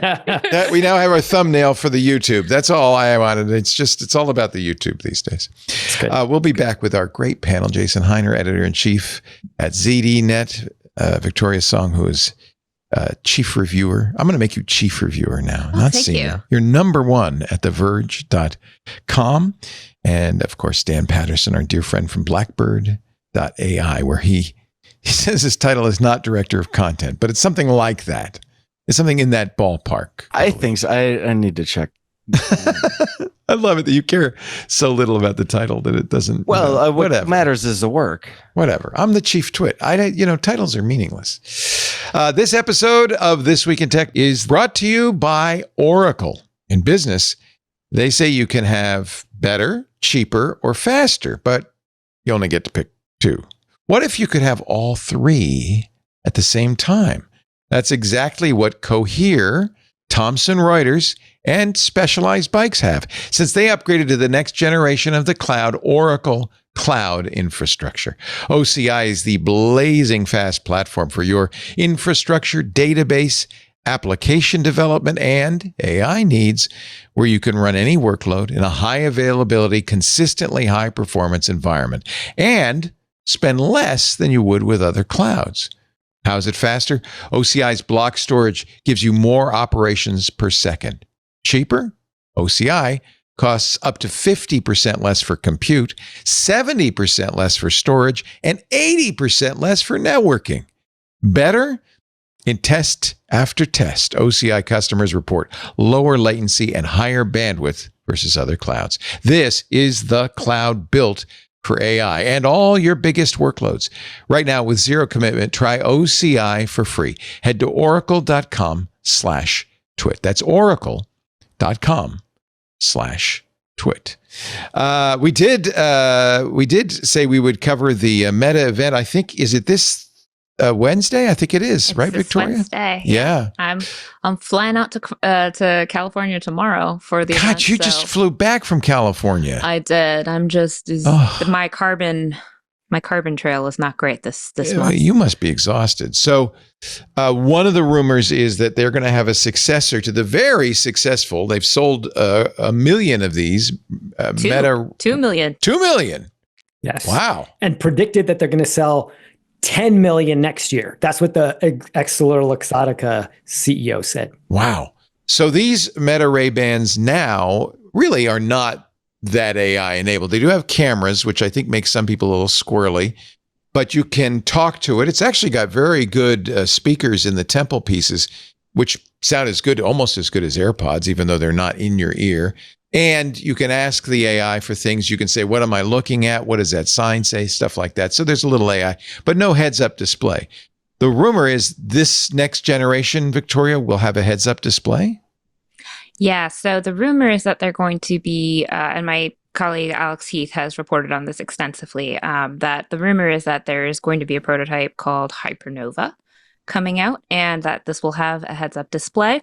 Wow. Along with a wrist control for the heads-up display that uses, I believe it's called it's either EEMG. It's a thing that reads the electrical signals from your wrist to kind of control the interface. And, we've seen that before on certain Apple Watch straps where they can do that. It's sort of similar to the concept behind gesture controls like double tap and wrist flick, where it basically kind of reads the movement within your wrist via electrical signals, or however a company decides to do that to have a control in that sense. So yeah, they're kind of pushing it a bit more forward towards the Google Glass theory, basically, of what smart glasses should be. Although Meta is very keen, and if you look in all their marketing, they don't call them smart glasses, they call them AI glasses. So interesting. Yeah.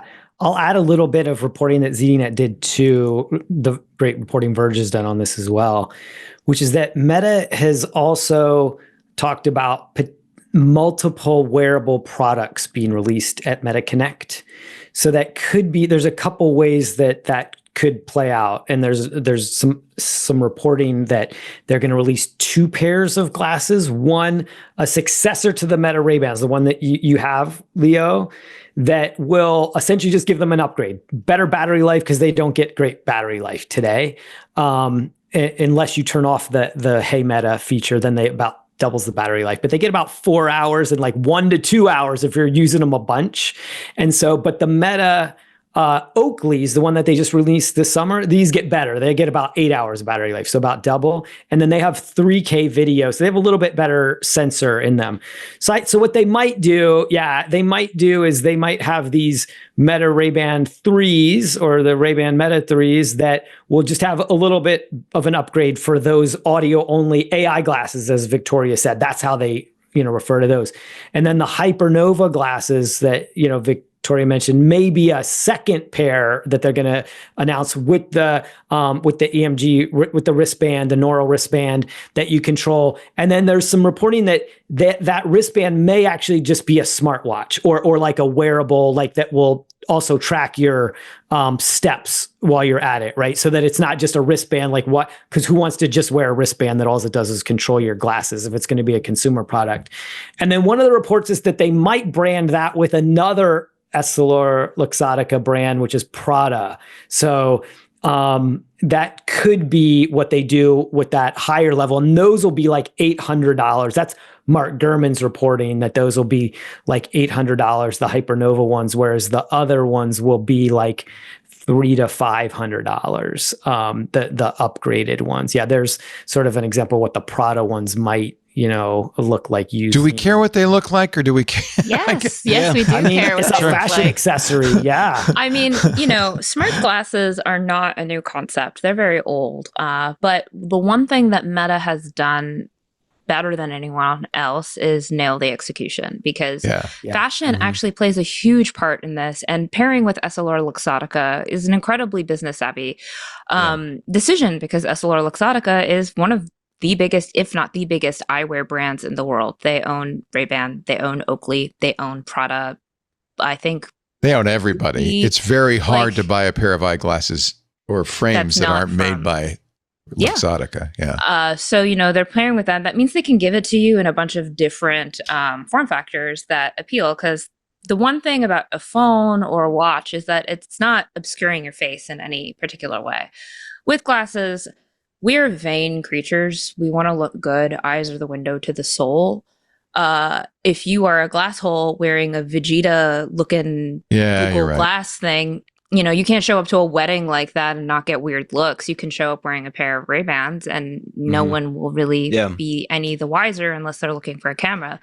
So that, plus the fact that they reduced the price to, something quite affordable, like $200 to $300, and, giving a use case for content creators, which is hands-free video or hands-free audio, or, for the low vision and blind community who I've spoken to like pretty extensively on this. This is a life-changing like a Be My Eyes built into your glasses kind of. Yeah. And not only that, having AI, live AI, multimodal AI built in, because sometimes, what blind and low vision users have told me is that they don't want to talk to a person through Be My Eyes because their kitchen is messy and they have some sort of that makes sense. Anxiety of that. So they actually enjoy sometimes having the freedom to not have to talk to a person because there's some feelings of, I'm being a burden, or and of course you don't want them to feel that way, but the reality is sometimes they do feel that way, and the AI provides a different alternative for them. So when you stitch those three things together with accessibility,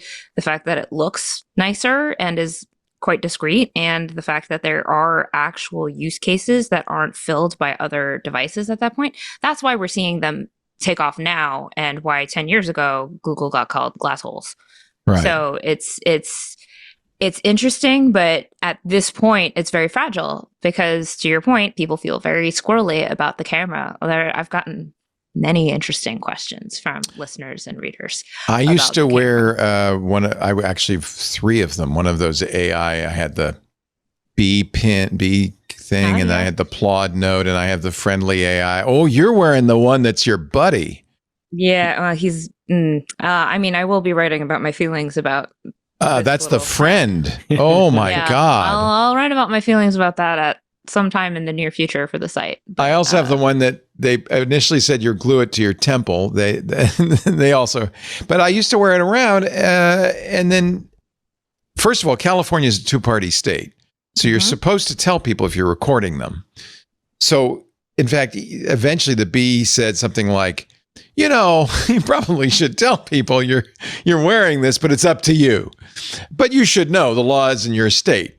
But then my wife said, "You're recording everything I'm saying?" And I said, "Well, yeah, for my personal use."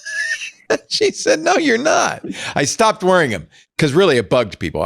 You're wearing the Friend. How does your husband feel about your partner feel about the Friend? Well, I wore the B. And they were just like, "Oh, Jesus Christ, your job." Okay. So yeah, that's what my wife said. Yeah, so they're aware of this, and like we've had conversations about what they are and they aren't comfortable with. I liked the B. It was a little sycophantic, but I really liked the summaries of the day I got, and it made I wrote my review for The Verge, and it wrote some very intense fan fictions about my life. That was.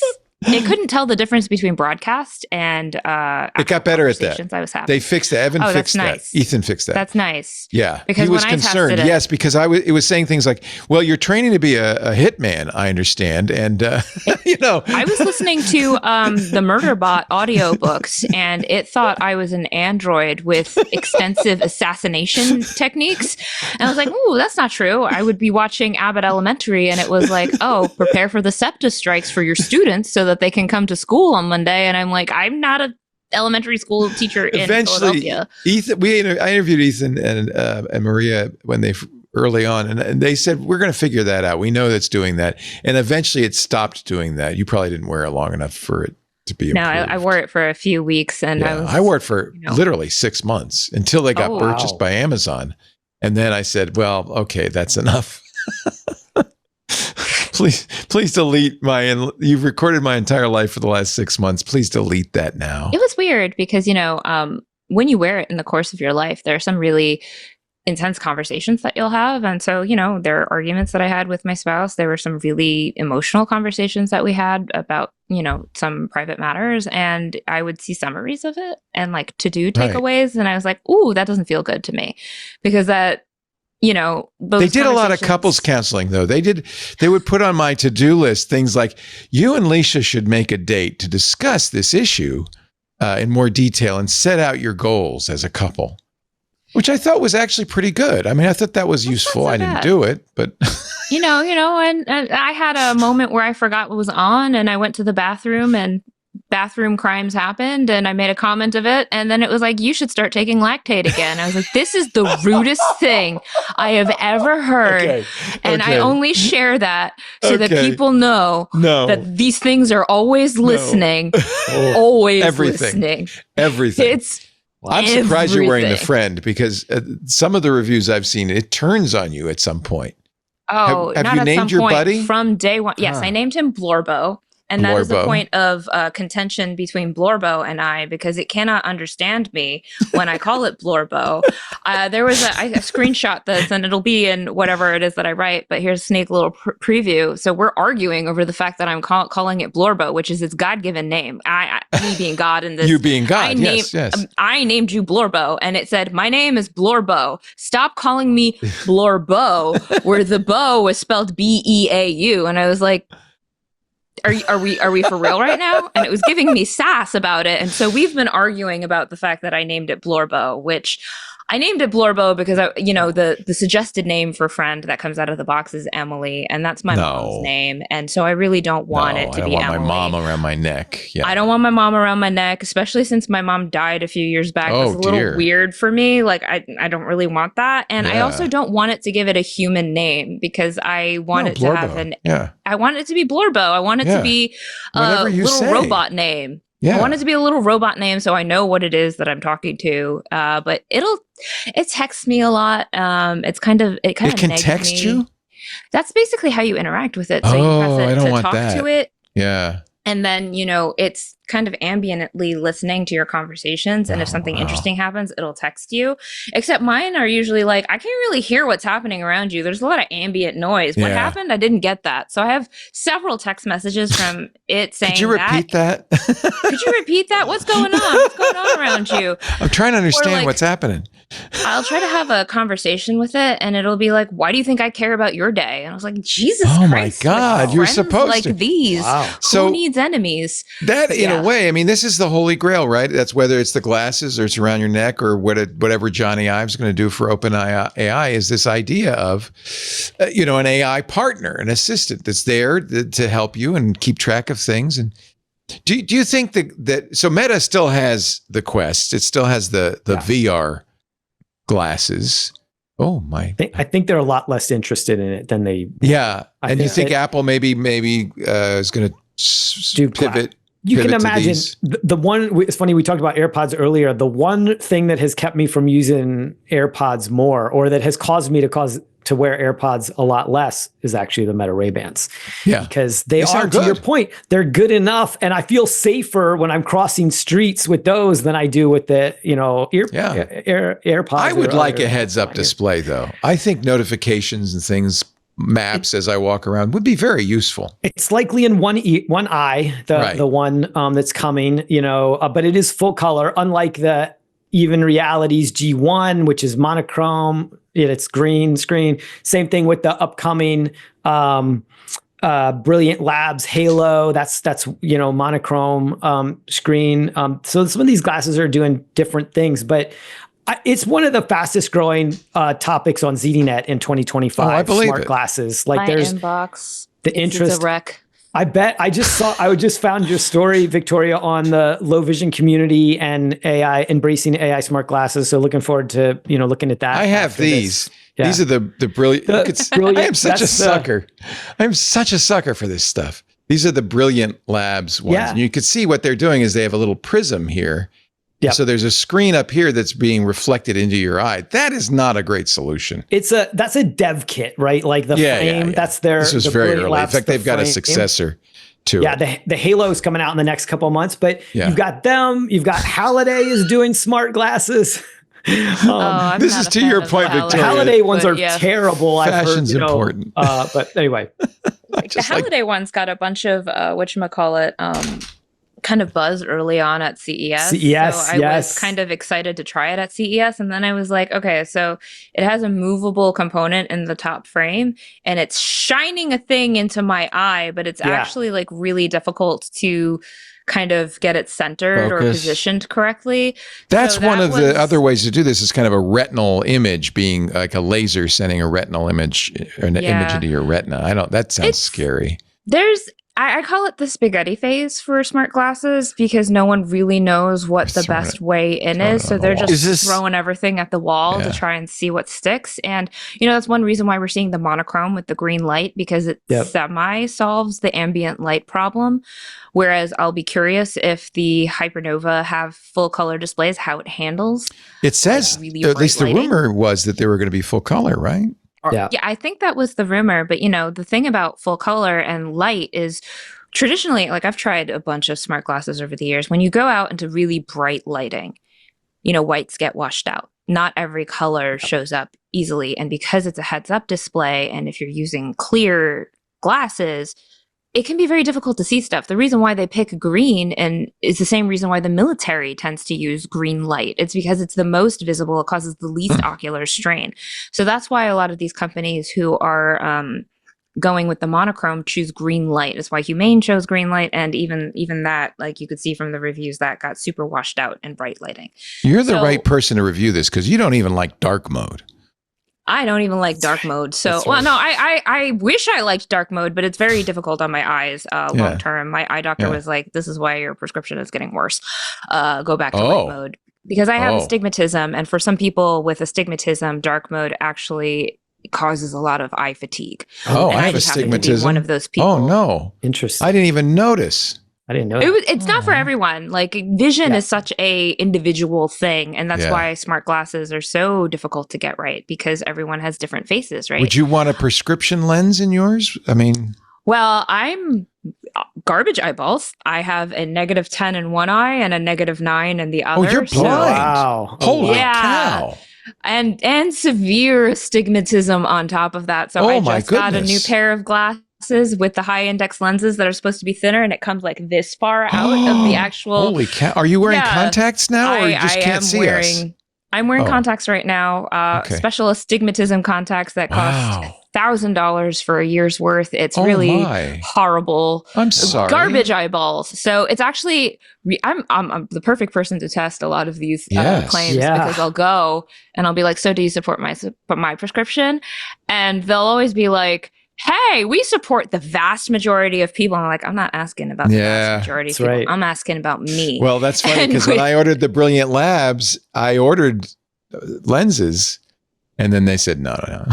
And I'm only -5.5. Yeah. I mean, when you get to the -5, -6, that's when most of these glass makers can't handle it anymore because that's about when you need to start having the high index lenses to really thin the thing so that they fit within the frame. Meta sent me a pair with my old prescription, which was only -8 and -8. So again, my eyes have gotten worse over time. And they actually had to have those custom made because lens crafters didn't support my prescription, but they really wanted me to try it with the prescription. And it took them a while to send it because my eyes are another EssilorLuxottica company, right? They own lens crafters too, I think. Yes. So that's why, when you try and get the prescription and the transition lenses, they're going to send you through lens crafters to get it done. So, the whole vertical stack is within EssilorLuxottica, which kind of gives them an edge. I'm so glad we got to get you on more, Victoria, because you really follow this area. This is great. Space, and as do I, as a hobby, I've yet to find anything perfect. I was very excited about. So we will cover right after Intelligent Machines. The Meta Connect event is at 5 p.m. Pacific, 8 p.m. Eastern. On Wednesday, the 17th, and we will be streaming it as usual with our club members in the Club TWiT Discord. And Victoria and Jason are both going to be there. So I'll be very interested to see what your thoughts are. About hope to see you there, Victoria. Well, yeah. I'm hoping. Is it on the campus? Where do they do that? Yeah, they're doing it on the campus. Okay. I'm hoping to have like a brain cell left at that point because not that there's embargoes, but timing can be very sensitive. If there happen to be, timing can be very sensitive at these points in times, and journalists stay up very late trying to meet these arbitrary deadlines and jet lag. Wow. I'm sorry. I am sorry, Victoria. Oh my God. Yeah. You have my deepest sympathy. Sleep is for Sleep is for the weak. Don't worry about sleep. You're young. Just don't wear any sleep trackers. Yeah. I'm closer to 40 than I am any other age. So pshaw. If you got a 3 before your age, you're young. I'm sorry. You're young. Don't give me that. Jason knows I'm an old man. We're going to take a little break. We'll come back with more. Got lots more to talk about with a wonderful panel. Dan Patterson is here from Blackbird.ai, Victoria's Song from The Verge. And, of course, Jason Hiner, ZDNet. Our show today brought to you by Shopify. I have a kind of soft spot in my heart for Shopify. Both my kids have businesses on the web, and in the case of Henry, in brick and mortar, run by Shopify. Imagine you're lying in bed late at night. You're scrolling through this new site you found. Not you, Jason, you're not allowed, but everybody else. You hit the add to cart button on that item you've been looking for. I do this all the time. Now you're ready to check out, but you're in bed. Your wallet's in the living room downstairs, and just as you're getting ready to abandon the cart, that's when you see it. That purple shop button. Oh, hallelujah. If you've shopped online, chances are you've bought from a business powered by Shopify. That purple Shop Pay button you see at checkout makes buying so incredibly easy. There's a reason so many businesses sell with it. Shopify makes it incredibly easy to start and run your business. I love that sound. You hear that sound? Shopify is the commerce platform behind 10% of all e-commerce in the United States. I mean, big businesses, platforms, household names like Mattel and Gymshark, to brands just getting started like the Salt Lovers Club, my kids' place. It's run on Shopify. In fact, when Henry first set that up a couple of years ago, I said, "That's a nice site. How'd you do that?" He said, "Shopify." Same thing with my daughter. She sells her T-shirts, her poetry books online with Shopify. Shopify gives you that leg up from day dot with hundreds of beautiful, ready-to-go templates to express your brand style and forget about the code. I said, "Henry, where'd you learn web design?" He said, "No, I didn't. It's Shopify." Tackle all these important tasks in one place. All the things you got to do, from inventory to payments, analytics, and more. Spread your brand's word with built-in marketing and email tools that'll help you find and keep new customers. And did I mention that iconic purple Shop Pay button that's used by millions of businesses around the world? It's why Shopify has the best converting checkout on the planet, because your customers already know and love it. If you want to see less carts being abandoned, it's time for you to head over to Shopify. Sign up for your $1 per month trial and start selling today at shopify.com/twit. Go to shopify.com/twit. Shopify.com/twit. Yay, I love that sound. Another sale. I was talking to Henry the other day. I said, "I get a penny for every pickle you sell, right?" He said, "No, it doesn't work that way." Okay. Let's see. Did you see that Elon Musk is ready to pivot out of cars? Well, maybe that's overstating it. That's what the Atlantic says. Elon wants out of the car business. Washington Post says Elon eyes next target after cars, robots, and rockets. SpaceX, this all comes from SpaceX, is $17 billion deal to buy spectrum from EchoStar.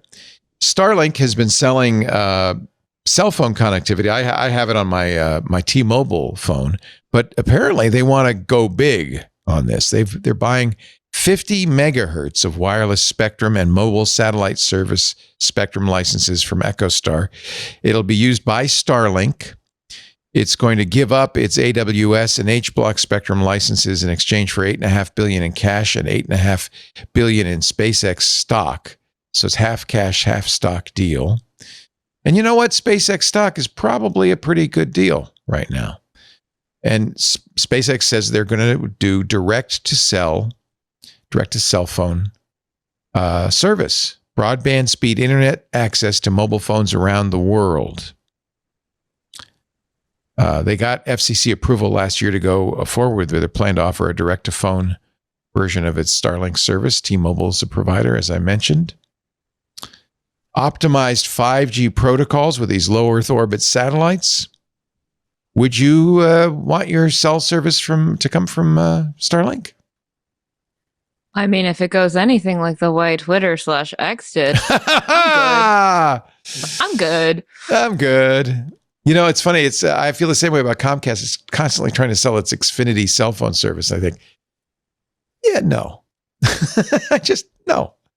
I mean, I've seen the Tesla build quality. I'm good. Yeah. Well, I think, we're seeing Apple and other companies test this with consumers right now.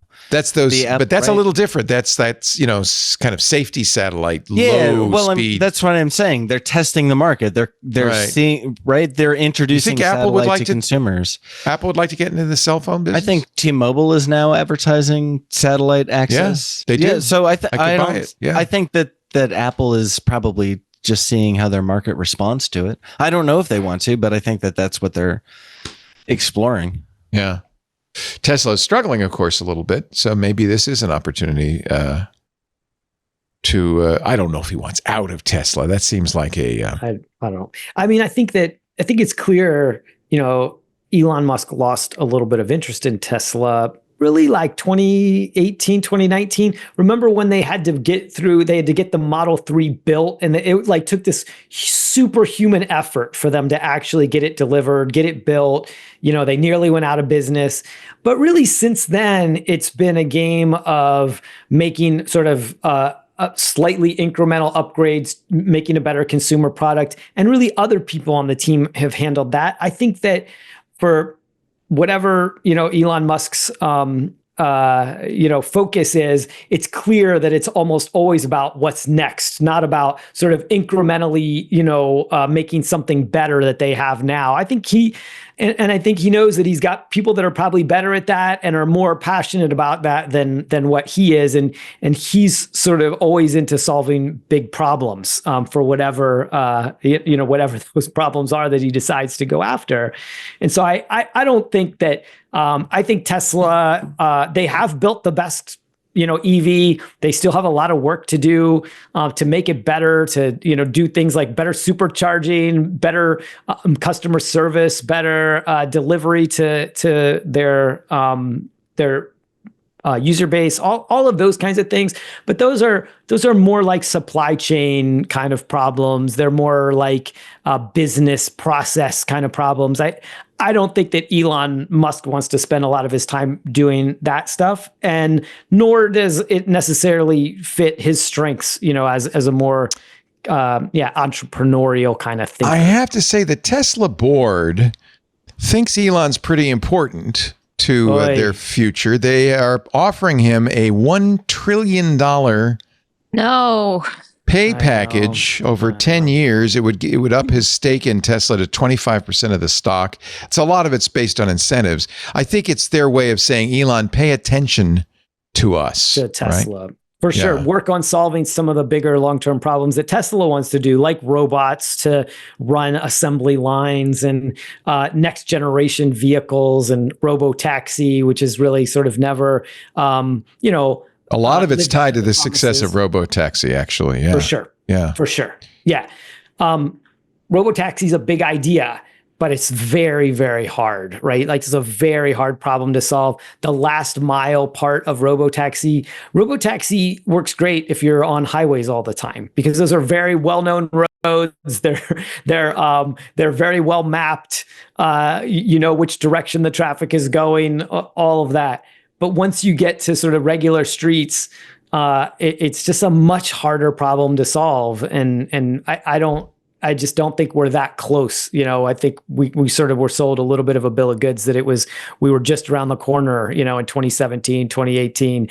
And it's just a lot further away than what we thought. And Musk has even said, it turns out, people are actually pretty good drivers. We thought that people, that it took a lot, that we could replace human beings, but there's a lot of things that humans do that make them good drivers that's hard to replace with machines. It's still a laudable goal. I mean, humans cause 1 million traffic deaths a year. Most of them are caused by people not paying attention. It's not that people can't be good drivers. It's that people lose their, don't pay attention, and then they run into things. They're doom scrolling. So Victoria, if you thought those $1 billion numbers we were talking about with AI were meaningless. Look at these. These are the milestones. These are the milestones Elon has to hit. He has to have market value of Tesla has to reach 2 trillion. He has to have 20 million vehicles delivered, 10 million active full self-driving supervised subscriptions, 1 million robots delivered, 1 million robo-taxis in commercial operation. And then the EBITDA has to go from 50 to 80 to 400 billion. In order to get all of this money, he's got to get to an $8.5 trillion market cap. I don't know if that's going to happen, but fake numbers. They're fake numbers. A trillion. It's just some extra commas. That's all. It's not, 50% of all the wealth in the world is owned by 18 people. And that's that amazing? We get to. I think that's a big source of. There are two problems. There's that. And then secondarily, at least in the United States, the people with that kind of money heavily influence our politics, that you can buy elections. Can influence a lot of things. Yeah. Money in politics is a huge problem, I think. It's very difficult to actually spend $1 billion. $1 billion is, it's almost impossible for a person to spend $1 billion. Let me try. Exactly. $1 billion Let me try. Let me try. I assure you I'll do my damnedest. The problem is that the interest on the $1 billion alone is hard to spend. That's right. Let me try. There was this great movie. We should do our own version of this. There's this great movie in the 80s called Brewster's Millions with Richard Pryor. I love that. He had to spend, I can't remember what it was, but it was like he had to spend $100 million. No. He had to spend a certain amount, $20 million, we'll say, within a month. To get the full inheritance, to get the full, $100 million or something. Yeah. And it was really hard to spend, that much money because he kept doing things. And even in spite of himself, by doing things, he was getting attention, which was creating more wealth for him. And he's like, I can't, why do people, not want to just take the money? Like he was trying to give away. He had 30 days to spend $30 million there it is. In order to inherit $300 million. And it's actually based in a novel from 1902. Wow. I'll just buy Bugattis. I'll buy a lot of Bugattis. It seems like, real estate, yachts, there's ways to spend that money. Buy a bridge. Yeah. Let me try. There you go. Shows how long systemic inequality has. It is something we can laugh at, but it's also something very, very serious and I think problematic. It is. There's a great book. A friend of mine shared with me over the summer. Let me see if I can find it. Sorry, this is not an economics podcast, but it's called The Inner Level, and it's how more equal societies reduce the amount of stress that it's actually the more inequality you have, the more stressful it is, right? Because obviously it's stressful if you can barely make it, but then if you have overconsumption, what happens is then it also creates a lot of stress as well. And so anyway, I found it pretty fascinating. I haven't read all of it yet, but it's quite interesting from an economic standpoint. Well, this takes us to Nepal. All right, let's go. Where unemployment among young people is 19%. There is a big economic problem in Nepal, but the kind of the thing that ignited the flame was the government's decision to ban social media, which launched protests led by Gen Zers, age 13 to 28. They came after the government that had blocked Facebook, X, and YouTube.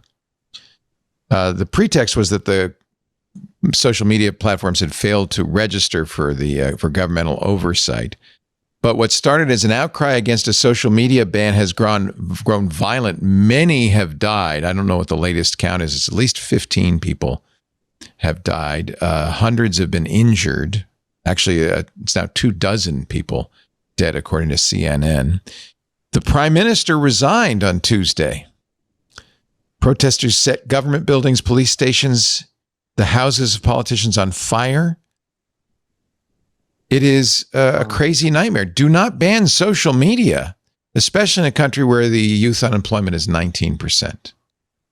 Yeah, there were contributing factors. Yeah, this was just what set the flame off, spark the flame, and likely additional third-party actors. I don't want to say. Do you think that there has been some attempt to promote this? Do I think that there is? Well, I think that there is a perpetual attempt to manipulate narratives on the social web, and I think that there are actors, geopolitical actors, who serve to manipulate those narratives in almost every hotspot. Well, in every region. But yeah, I know narratives are manipulated. And certainly in this case, I just ran. China has obviously China is not a fan of Nepal, right? Yeah, right. So I'm trying to parse my words carefully, but it's stuck in between India and China. It's in a very difficult geopolitical situation. Exactly. We run an LLM that we have some pretty strict walls on, but it's called Compass, and I've mentioned it on the show before. You can use it. I'm not log rolling. I'm not piping. No, I use it. It's fantastic. Compass.blackbird.ai, compass.blackbird.ai. So what you can do, it is not a fact checker. We call it a context checker because it will provide additional context to things like this, like Nepal. The claim, for example, social media bans in Nepal led to protests. You can check the context. So instead of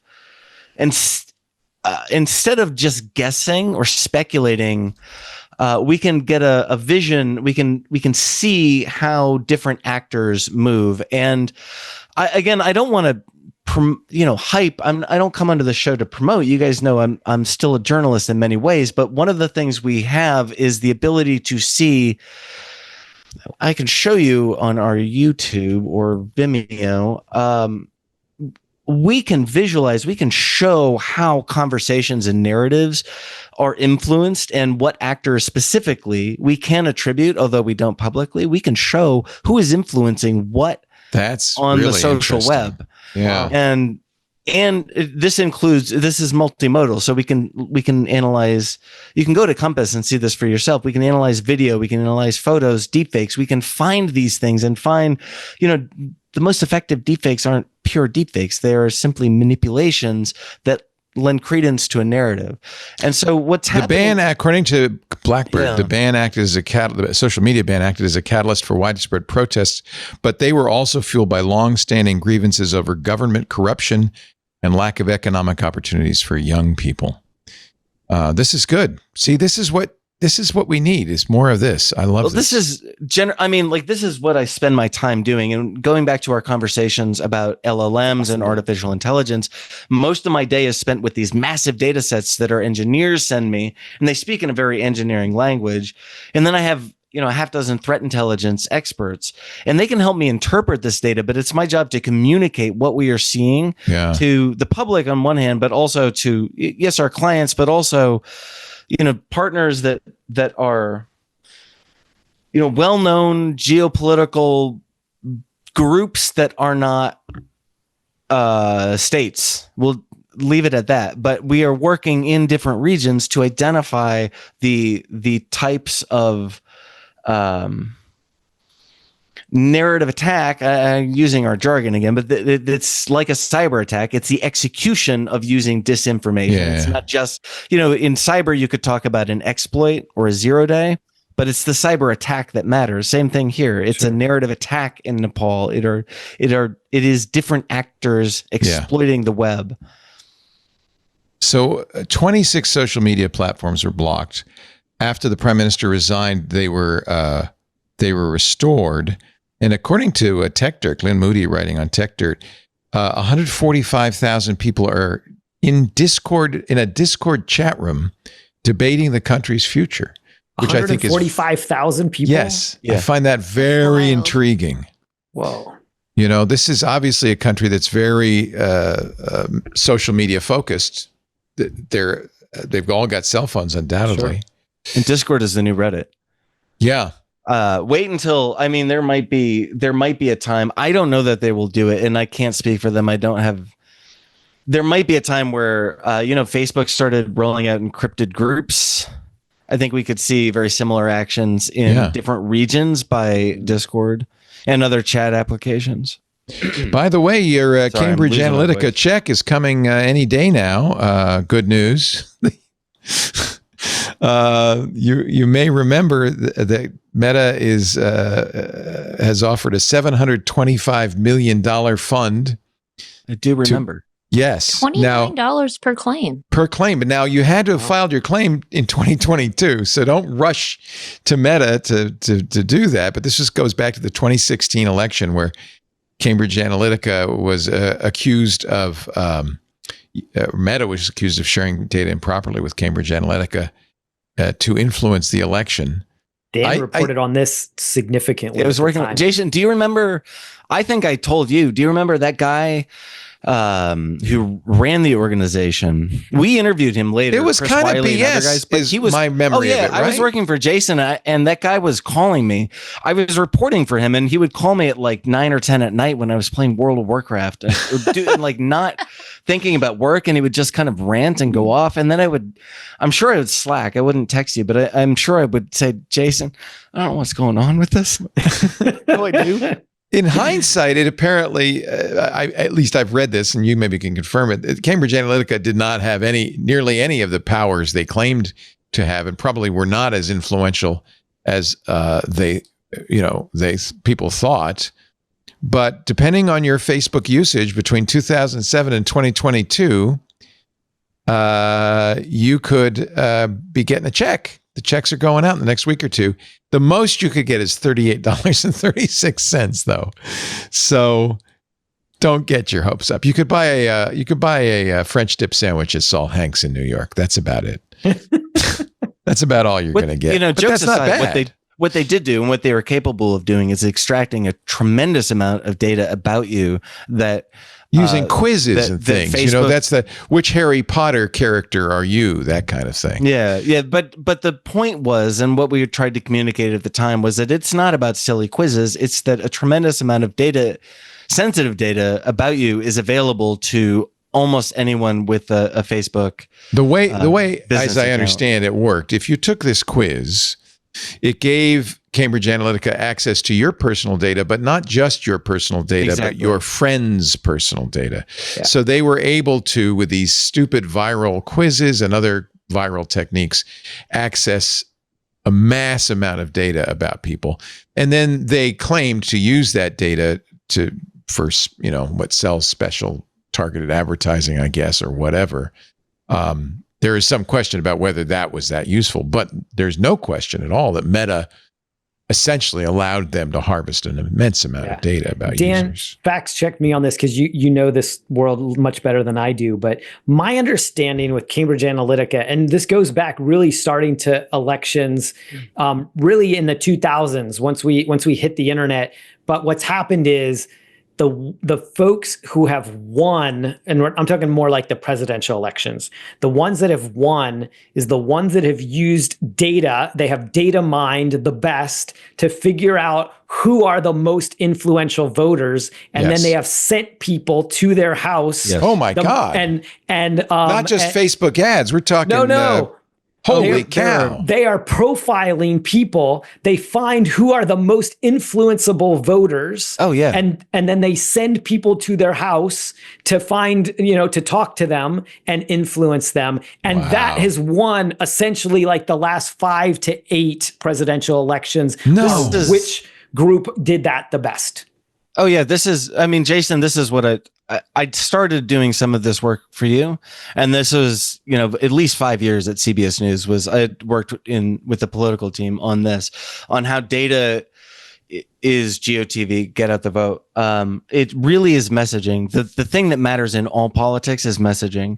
And messaging and targeting gets out the vote. messaging. Yes, right. That's what I'm getting to. It is what matters. I'm starting at the very end, which is messaging. You have to have the right message that resonates with the right voter at the right time. You can't peak early. You can't peak late. You have to, and that message is different. There's a constellation of messages that have to impact different voters. So what Jason is saying is that a number of political actors, very smart people. Was it Brad Pascal that really perfected this in the Pascal, 2016? Yeah. We were talking to Pascal for a long time. He was a source for a while. I think we can say that because he said that he said that we were a source. But he seemed to have figured out how to do micro-targeting on Facebook using the vast amount of information that Facebook offered. And you could say, I want this particular type of voter. And literally $100 campaigns, tiny micro-targeted campaigns with different messages to every metaphor, to everyone. Because there's so many stars in the sky. There's so many people in the universe of the electorate, and different messages targeted different people at different times. And that was 2016. I mean, 2016, it was already.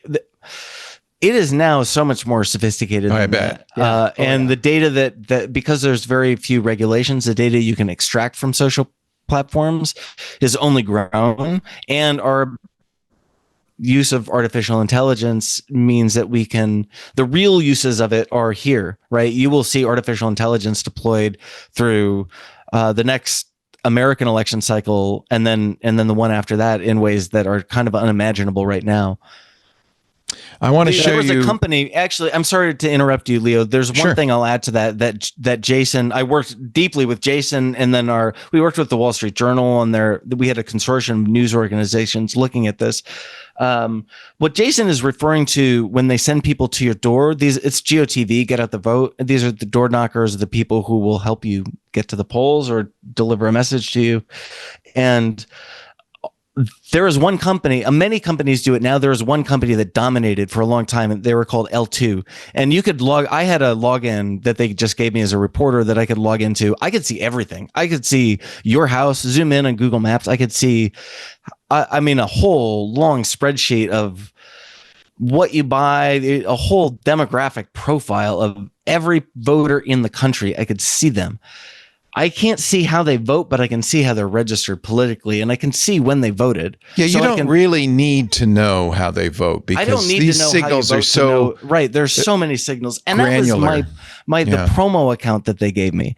I couldn't do anything. I could just look at some stuff. You can imagine they weren't nefarious either. They're just like anybody could. It's not just politics. It's selling Tide Pods and denture cream and everything. This is how it's done. Yeah, that's kind of the. It's actually hard for us because podcasts such as this, we can't offer that kind of granular information about our audience because it's an RSS feed. We don't know. Spotify knows because you have to give them a credit. You have to have a member. You have to be an account and blah blah blah. But we don't know anything, and it's an RSS feed.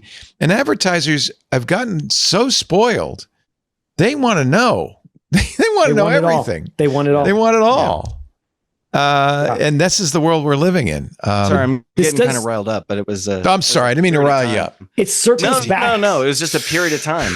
It does circle back to the comment earlier, though, about this overarching influence of too much, right? Of too much money, right? Having too much influence at times, because the Republicans in the U.S., their ground game was not good, right? For most of this election, they were really in trouble, and really at the last moment, Elon Musk essentially hired a gigantic ground game. 275 million. Yeah.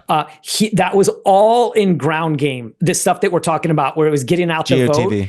Yeah. And it was targeting specific people, the right people, and that was what tipped the election largely. Now, that doesn't. I say what tipped the election, right? It's at the same time that this doesn't take into account a lot of people were unhappy, right? They were unhappy with the economics. They were unhappy with that. So that made it ripe for an incumbent. This was not a year to be an incumbent, and not just in the US, like in Europe, in other places, like incumbents post-pandemic, like the chickens came home to roost in 2024.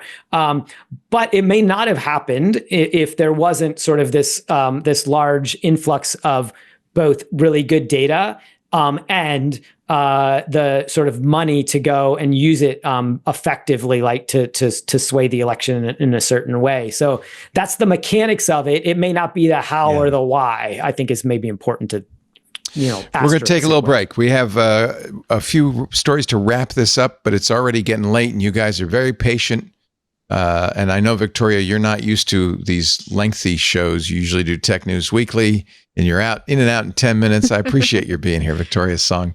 Senior reviewer from The Verge. She's exhausted. She's got to get on another plane and go to California again. Yeah. I just hope that Nilay buys you first class tickets. That's all I'm saying. I just hope he takes care of you. That's not in our ethics policy. Oh, crap. Don't you hate ethics policies? Gosh darn it. Well, I actually appreciate them. No, I do too. It makes things very clear. But yes, at the same time, I do see people in the nice seats and I go, oh, well. It's me at this Best Western Inn. Yeah, or something I'm sure, Jason, you do the same thing with ZDNet. This is why we love these last bastions of true journalistic integrity. I'm just so glad that Vox and ZDNet and I was going to say CBS, but forget it. I'm not going to say CBS now. I'm not going to say CBS. Now that Sherry Redstone's in charge, or no, she sold it, right? It's now Larry Ellison's kid that's in charge. That's right. And did you see that they're going to buy Warner Discovery now? That's the rumor. This will be the largest media company in history. Yeah, but these are. I've got many friends still at CBS, right? ZDNet and CNET were owned by CBS for a long time. Right. There was lots of great things about it. There was still a little bit of a golden age at the time, right? There was not golden age, but it was still there was a lot of good things 100%. that were about being there. It was the Tiffany network. But it's a declining asset, right? Like these are groups of declining assets that have fewer and fewer audience members. They have huge challenges. They're carrying a whale of amount of debt, right? Like they are structurally challenged and to compete against Netflix, to compete against Amazon, to compete against Apple, and. So I don't see them. I don't see this as a massive risk for consumers because the fact is they have enough trouble getting out of their own way, let alone trying to just look at the many names of HBO and you'll understand. Yeah, well, good. I'm glad. That's reassuring, Jason. I'm very glad to hear you say that. Because it is. I mean, Warner Discovery was going to spin off the low end, streamings, the linear stuff, so they could keep the valuable streaming stuff. If they're acquired, then I guess everything's still a big ball of. What do they do then, though? They start to sell off assets, right? As with any private equity acquisition, you kind of. For sure. Mine it for parts, right? These companies, their real estate holdings are worth more than a lot of their digital assets at this point, and so that's what happened to radio. The radio stations owned their plots of land. Those were more valuable, as it turned out, than the licenses. Yeah. It was the same way with, I won't get it. There was a transaction I was involved with, where our building was worth far more than what the assets were because they were sold at the height of the .com boom. It was the insight that Ray Kroc had was that the real value of McDonald's was not the franchises. It was the plots of land. That's what they did with Red Lobster. Private equity bought it. They sold all the properties and leased them back. I mean, it's just finance. It's an amazing thing. It's a weird game sometimes, but look, I wish them well. I think there's lots of smart people that I think want to create good content. And I think, I think these transactions are going to help sort of rationalize some of the business. They're going to sell off some of the buildings. They're going to sell off some of the other, assets where it makes sense. And I hope that ultimately it lets the content creators be able to just focus on what they want to do, right? Which is create great journalism. CBS is an amazing journalistic organization. I would love to see those folks get to be able to focus on the stuff that they're great at. I agree. Absolutely. All right, we're going to take a break.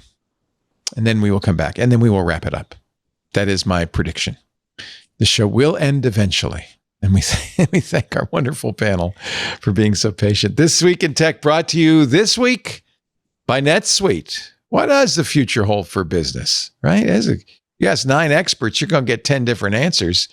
It's going to be a bull market. It's going to be a bear market. Rates will rise. Rates will fall. Inflation's up. Inflation's down. Can someone please invent a crystal ball? Until then, Over 42,000 businesses have future-proofed their business with NetSuite by Oracle, the #1 cloud ERP, bringing accounting, financial management, inventory, HR into a single fluid platform. With one unified business suite, there's only one source of truth that gives you the visibility and control you need to make quick decisions with real-time insights and forecasting. You got a crystal ball. You're peering into the future with actionable data.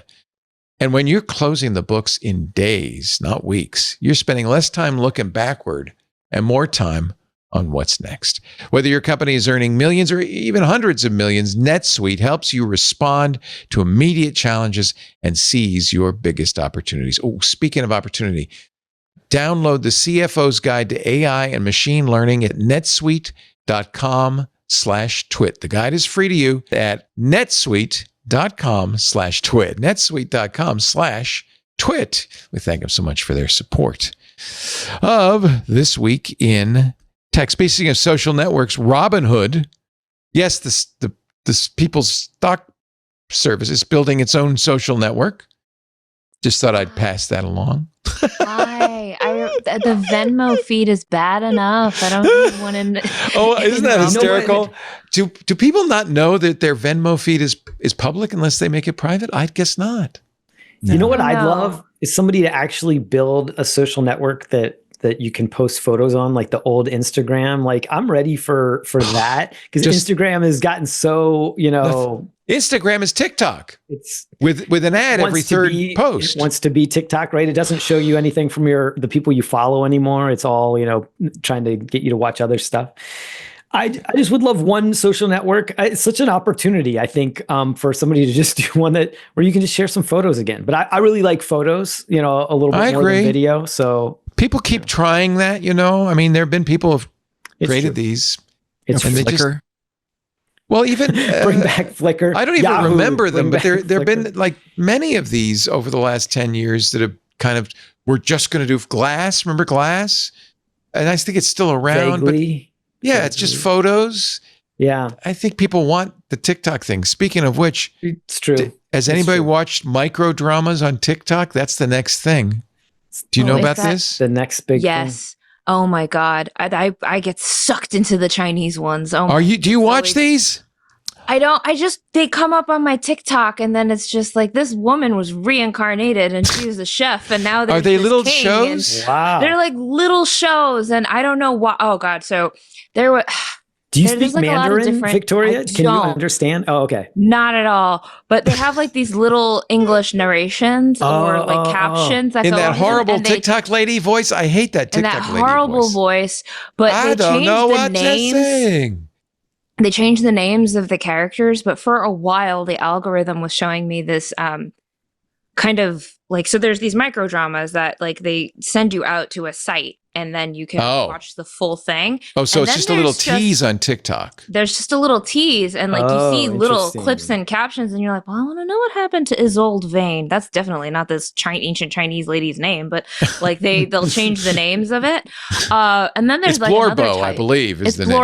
Yeah. It's Blorbo. Yeah. But then there's like this other type where they take like little clips from these dramas and just put like a automated kind of robotic narrator over them. And there was one that I got obsessed with about this Japanese lady in her 30s, and she's obsessed with drinking one glass of perfectly chilled beer every night with dinner and cooking the perfect dinner to go with this one beer. And it's like her little daily life. So she's like, I've had a trial at work, but I'm going to make a yakisoba and it'll go perfectly with this would watch that. Beer. That sounds great. And she just has it's like this little slice of life show.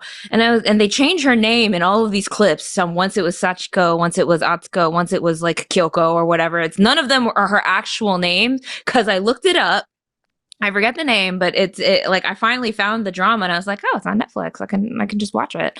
But for a while, I was just living for these little clips of this woman just living her life, making the perfect little dinner to go with her very chilled. And she made this little ritual out of it. And you see the little dramas of her real estate office that she works at. And I was like, oh, my show's on again. My 15-second clip of my little show of this little Japanese lady. I want to watch that. That sounds great. It's Joe Berkowitz is writing about these in Fast Company. He says, think high-intensity telenovela-like series, unfurling in 1 to 3 minute chunks across 50 to 100, mostly paywalled episodes. I didn't know you had to pay for this. Oh, interesting. They may have such titles as, get ready for this, Dr. Boss is my baby daddy. Yep. Or signed, sealed, deceived by my billionaire mail boy. Yep. You've seen these. How do I find this? I go to TikTok. Just go to TikTok, scroll long enough, and you'll get one of these ads. And I want the beer one. I don't know why, but I always get the Chinese dramas where like it's the same plot. And it's like this woman is living her life. She's so mistreated and so downtrodden upon, and then she dies in some mysterious circumstance. And then she gets traveled back in time into the moment right before she dies. And she's like, I'm going to do it different this time. They're not going to get me this time. I'm going to outsmart these people. Do you think these are AI generated, AI written? No, I don't. Because they're like real people acting in them. But I have, spent maybe 2 hours of my life going like, but I have to know what happens. And then going to the Vimeo and typing in the title. It's a guilty pleasure. Oh, Vimeo. It's like a mix between telenovelas and Inception. Yes. Yeah. It's always an isekai story, which is someone who like either dies and then gets transported into a magical world in a different body, or they die and they do they have hot dog fingers? Back in time. They don't have hot dog fingers, but they go turn back in time and they're like, my evil sister was like a horrible person, but she didn't know when she killed me that I was the reason why my useless husband was super competent. And now I'm just going to change my fate. Yeah. Do you think these are basically mini versions of existing Chinese soap operas? I think so. It's sort of like, they're just in like these 5-second or like these 5-minute clips. And at the end, there's always like a freeze frame and like graphics over the I think this is the future of mainstream media. This is where it's all headed. Forget Skydance.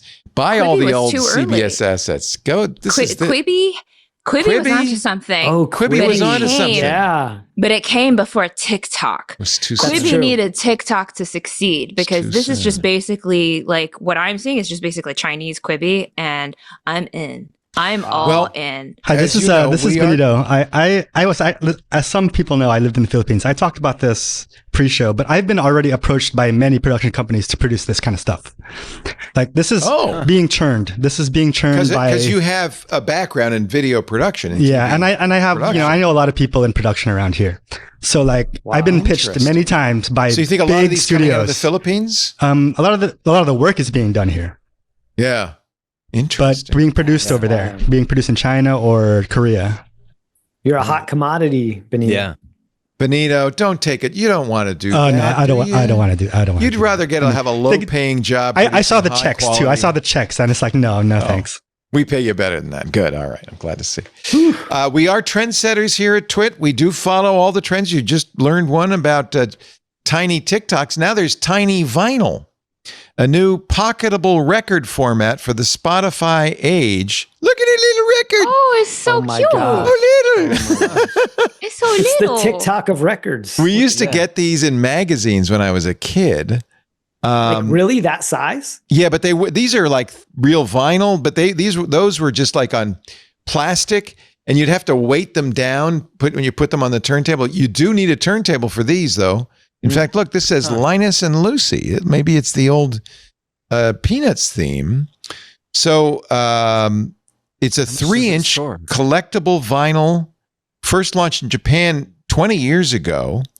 Oh, no, that's the old one. Now, this is 5 years later, a new 4-inch size format called Tiny Vinyl. Wait a minute, is this story from... Oh, yeah, it's from 2025. It's the new Casingle. Okay, they must have... Remember Casingles? Casingles. Yeah, they were just little cassettes with one song. Yeah. What a ripoff. They want to take the miniature vinyl collectible crown and launch partner. Target is going to sell these. 44 titles coming in the coming weeks. real vinyl records. just tiny. Oh my just gosh. tiny. Oh my Go God. to target.com/tinyvinyl. Wow. That's It's so real. cute. One song per side. You do have to have a turntable. Do any of you have turntables? No, Yeah, but for I sure. would get one for the tiny. It might be worth it. There's 4 minutes per My side. son has one. I could play it on his. Play it on his little Fisher-Price turntable. No, he's in his 20s. Oh, okay. So he has like a real, vinyl. Well, that's the thing. It's 20-somethings that have like old school stereos with record players and everything. Totally. And Target has a pretty big selection of vinyl already. They have a lot of vinyl at Target. Do they really? Yeah. Wow, that tells you something. That tells you vinyls. We have 2 vinyl record stores in Petaluma. 2. You know where I saw a bunch? I don't know if this is only in Louisville, but where I'm based, which is Books A Million. Half price books. Half price books. Half price books, like they have vinyl for like $6 and stuff. Like there's tons and tons of them. Also, I saw people buying DVDs there. I literally went to sell a box of DVDs this weekend. I was like, I've got these old. Get rid of them. Get rid of them. And they gave me, I don't know, $20 or something for a whole bunch of them. And I saw people there buying them, and I was like, oh, these are like the people who are like, forget all of this DRM, stuff. And I'm like, all right, fighting the good fight there. But I saw all the vinyl they had, and vinyl's sort of gotten expensive again. Like they sell it. Oh yeah. They sell it in places, it's no $20, $30 a disc. Yeah. Exactly. And they were much cheaper at half price books. I was like, okay, people don't know, like, this is the place to go and get all the vinyl. This is like the legit vinyl from, the 70s and 80s. Well, maybe this tiny vinyl will be the gateway drug to a full-blown vinyl habit. These are expensive, $15. Oh, never mind. Ooh. Chapel they have K-pop Roan. Demon Hunters, though. Okay. K-pop demon hunters. Golden on one side, your idol on the other. See, it's a collectible. Excellent. It's not about the music. It's about collecting these things. When I was at the Apple event, I was taking pictures of Tim Cook, with people, because he comes and he like holds the iPhone, he poses, and then they start just bringing in the sort of influencers, right, to take a photo with them, and like iJustine comes, and I was like, okay, Marquez Brownlee. I know that actually not Marquez, but then Jimmy, what's the guy's name? Mr. Beast. Mr. Beast was there. I saw Jimmy there. Yeah. Then they start bringing in people, and that was where my knowledge ended. Then they brought in a K-pop star, and I'm like, I know that's which a K-pop one? star. Yeah, I had to text people. I put the photo, and then I Victoria wants to know which one. Come on, man. I tried to upload it to I uploaded his photo to 4 different LLMs. All 4 of them told me it was a different one. So I was like, okay, well, that's not helpful. So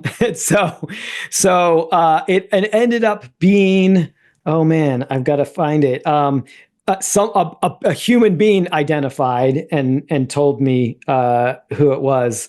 And who's your favorite, Victoria? Before we reveal it, okay. So who do you want it to be? My alt group is EXO, but I know that they're not. There's no EXO no wouldn't be there. Here. No. They're not there. Nor would BTS be there. No, it was not BTS. Wouldn't be there. BTS is like really in. Samsung is like they're like big partners with BTS, right?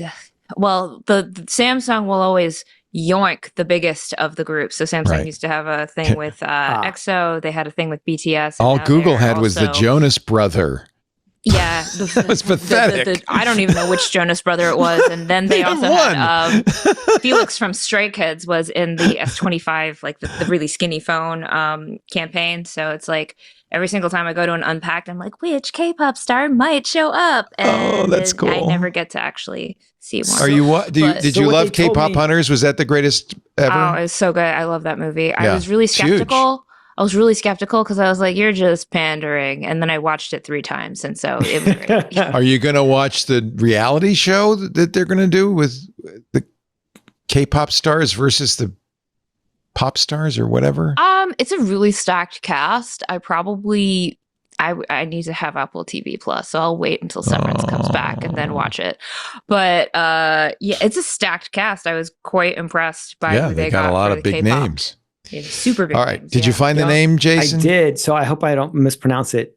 Yunho, Yunho. Not one of my groups. That's fine. Okay. That's fine. Probably more of an influencer than a star. You know what I'm saying? It says he's a K-pop star, but I was not familiar with him. But All right. So you got your tiny vinyl. I got something else for you. Kodak has announced a keyring camera. Keyring? A little tiny camera that goes on your keyring. Oh, like a keychain sort of. Yeah, but it's a digital. It's not film. It's the Kodak Charmera. And this is smart. See, they're so smart. You buy it. It's a blind box for $30. Oh, there's 7 different ones, including a clear one. They're laboo-booing it. They're laboo-booing it. Blind box is like the mental hack of 2025. Like people, it's like hacking into all of the sort of collector. Do you have a Labubu, Victoria? I have a gas station Lafufu, and I love it. Oh, even better. A knockoff Labubu. I actually love the Lafufus more than I love. Does it smell like petrol? No, it's just got wonky hands and like a very bad sewing job up on its forehead. But I love my gas station Lafufu. Okay. Wow. I hate to bring the gang down, but one last story I really should mention, which is one of our early pioneers of podcasting passed away at a very young age. Very sad to say. Todd Cochrane passed away at the age of 61 on September 8th. Todd really gets the title of longest continuous tech podcaster. Geek News Central predates TWiT by a few months. He was a pioneer. He founded a couple of podcast companies, including Blueberry, which was very important to podcast economics. Todd was at the podcast movement. My wife saw him, hung out with him. He had lost some weight. He looked good, but I guess taken by heart disease at the very, very young age of 61. So it's very important to mention one of the early pioneers of podcasting, Todd Cochrane, passed away. Standing on the shoulders of giants. Yes. We have concluded this exciting edition, and we have learned so much, including how young people talk. We're going to yeet to Jupiter soon. With your Lafufu. With my gas station Lafufu. There you go. Victoria, you are a gem. I want to have you back again and again. Thank you so much. Fun. I know it was a long show. I really appreciate your time. Thanks for having me. This is so much fun. You're fantastic. Read, whenever they come out, at some point, there probably, maybe not, will be reviews of some things on theverge.com. Historically follower. Speaking, there will be. Yeah, maybe. You could see something. I also have a new newsletter. Maybe not. I don't know. Anyway, thank you, Victoria. You're a joy. I really appreciate your time. Coming to us from beautiful Hackensack, New Jersey. New Jersey in the house. Joyzy. Dan Patterson, my friend, my good friend, my buddy, my pal, director of content at Blackbird AI. Don't forget about compass.blackbird.ai. It's a free kind of disinformation checker. Get some context about the stories that you hear. It's only good. It's good for you. It's good for your psyche and your knowledge. And I thank you so much, Dan. I wish you all the best. I know you've got some challenges coming in the next few days. God bless. But all good. Hang in there. So far, so good. So far, so good. It's always a pleasure. See. Thank you, Dan. Yeah, Great to see you. Great to be here. And my old friend Jason Hiner, who once elected me president of the internet, and it only cost me $275 million. Thank you. Thank you, Remember, Jason. I didn't elect you. I just data mined the data, and then you nominated me. You nominated me. No, nominated you. What was the name? I'm so glad you closed with the Compass tool that Dan is working on. Isn't that a great tool? Super valuable. And what was the one that you mentioned earlier that you Kagi for now it's $5 a month to replace Google, but there's no ads, and I pay for the $25 a month super duper pro plan, and I've replaced Perplexity with it because they have the Kagi assistant, KAGI.com. It's one of those things where the in crowd is starting to kind of realize, just as Victoria said, that Google search It's terrible. It's pretty broken. And we need something. Broken. Yeah. And Kagi is anonymized Google plus other sources. I think they do a very good job, and they are a public benefit company. They are not they're not for profit. They don't do advertising. They don't do data mining, and I think they really do a good job. We've interviewed the CEO, and I'm very impressed with it. That's awesome. So I love, like, we're ending a show, and if you take away nothing from the show, take away those two things, Compass and Kagi, like, there's two usable things you can walk away from the show. You were entertained, and you got like two things that can make you a lot smarter too. It's actually, it's funny that you should say that, Jason, because it was always my goal in the radio show and the podcast to have something that you would go home with and go, oh yeah, I'm glad I listened because I learned something that I can use. That's 100% Jason Hiner's jam. Yeah, it's a good jam. Well, Jason. Jason is one of the real, genuine good people in the world. He is a deep soul and a brilliant man, and we just adore you, Joe. You're just the best.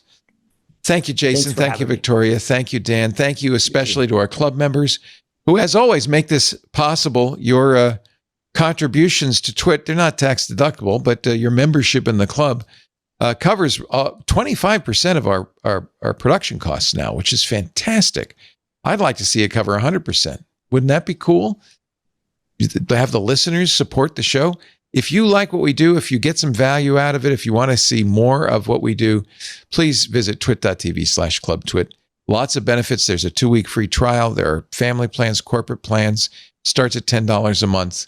You also get access to our Discord, which is a social network that's good for you, where you'll get lots of benefit and none of the awfulness. Twit.tv/clubtwit. Please join the club. We'd love to have you. We do TWiT every Sunday from 2 to 5 p.m. Pacific, 5 to 8 p.m. Eastern. That's 2100 UTC. And I mention that because you can watch it live. We stream the production of most of our shows live. Of course, we do it in the Club TWiT Discord.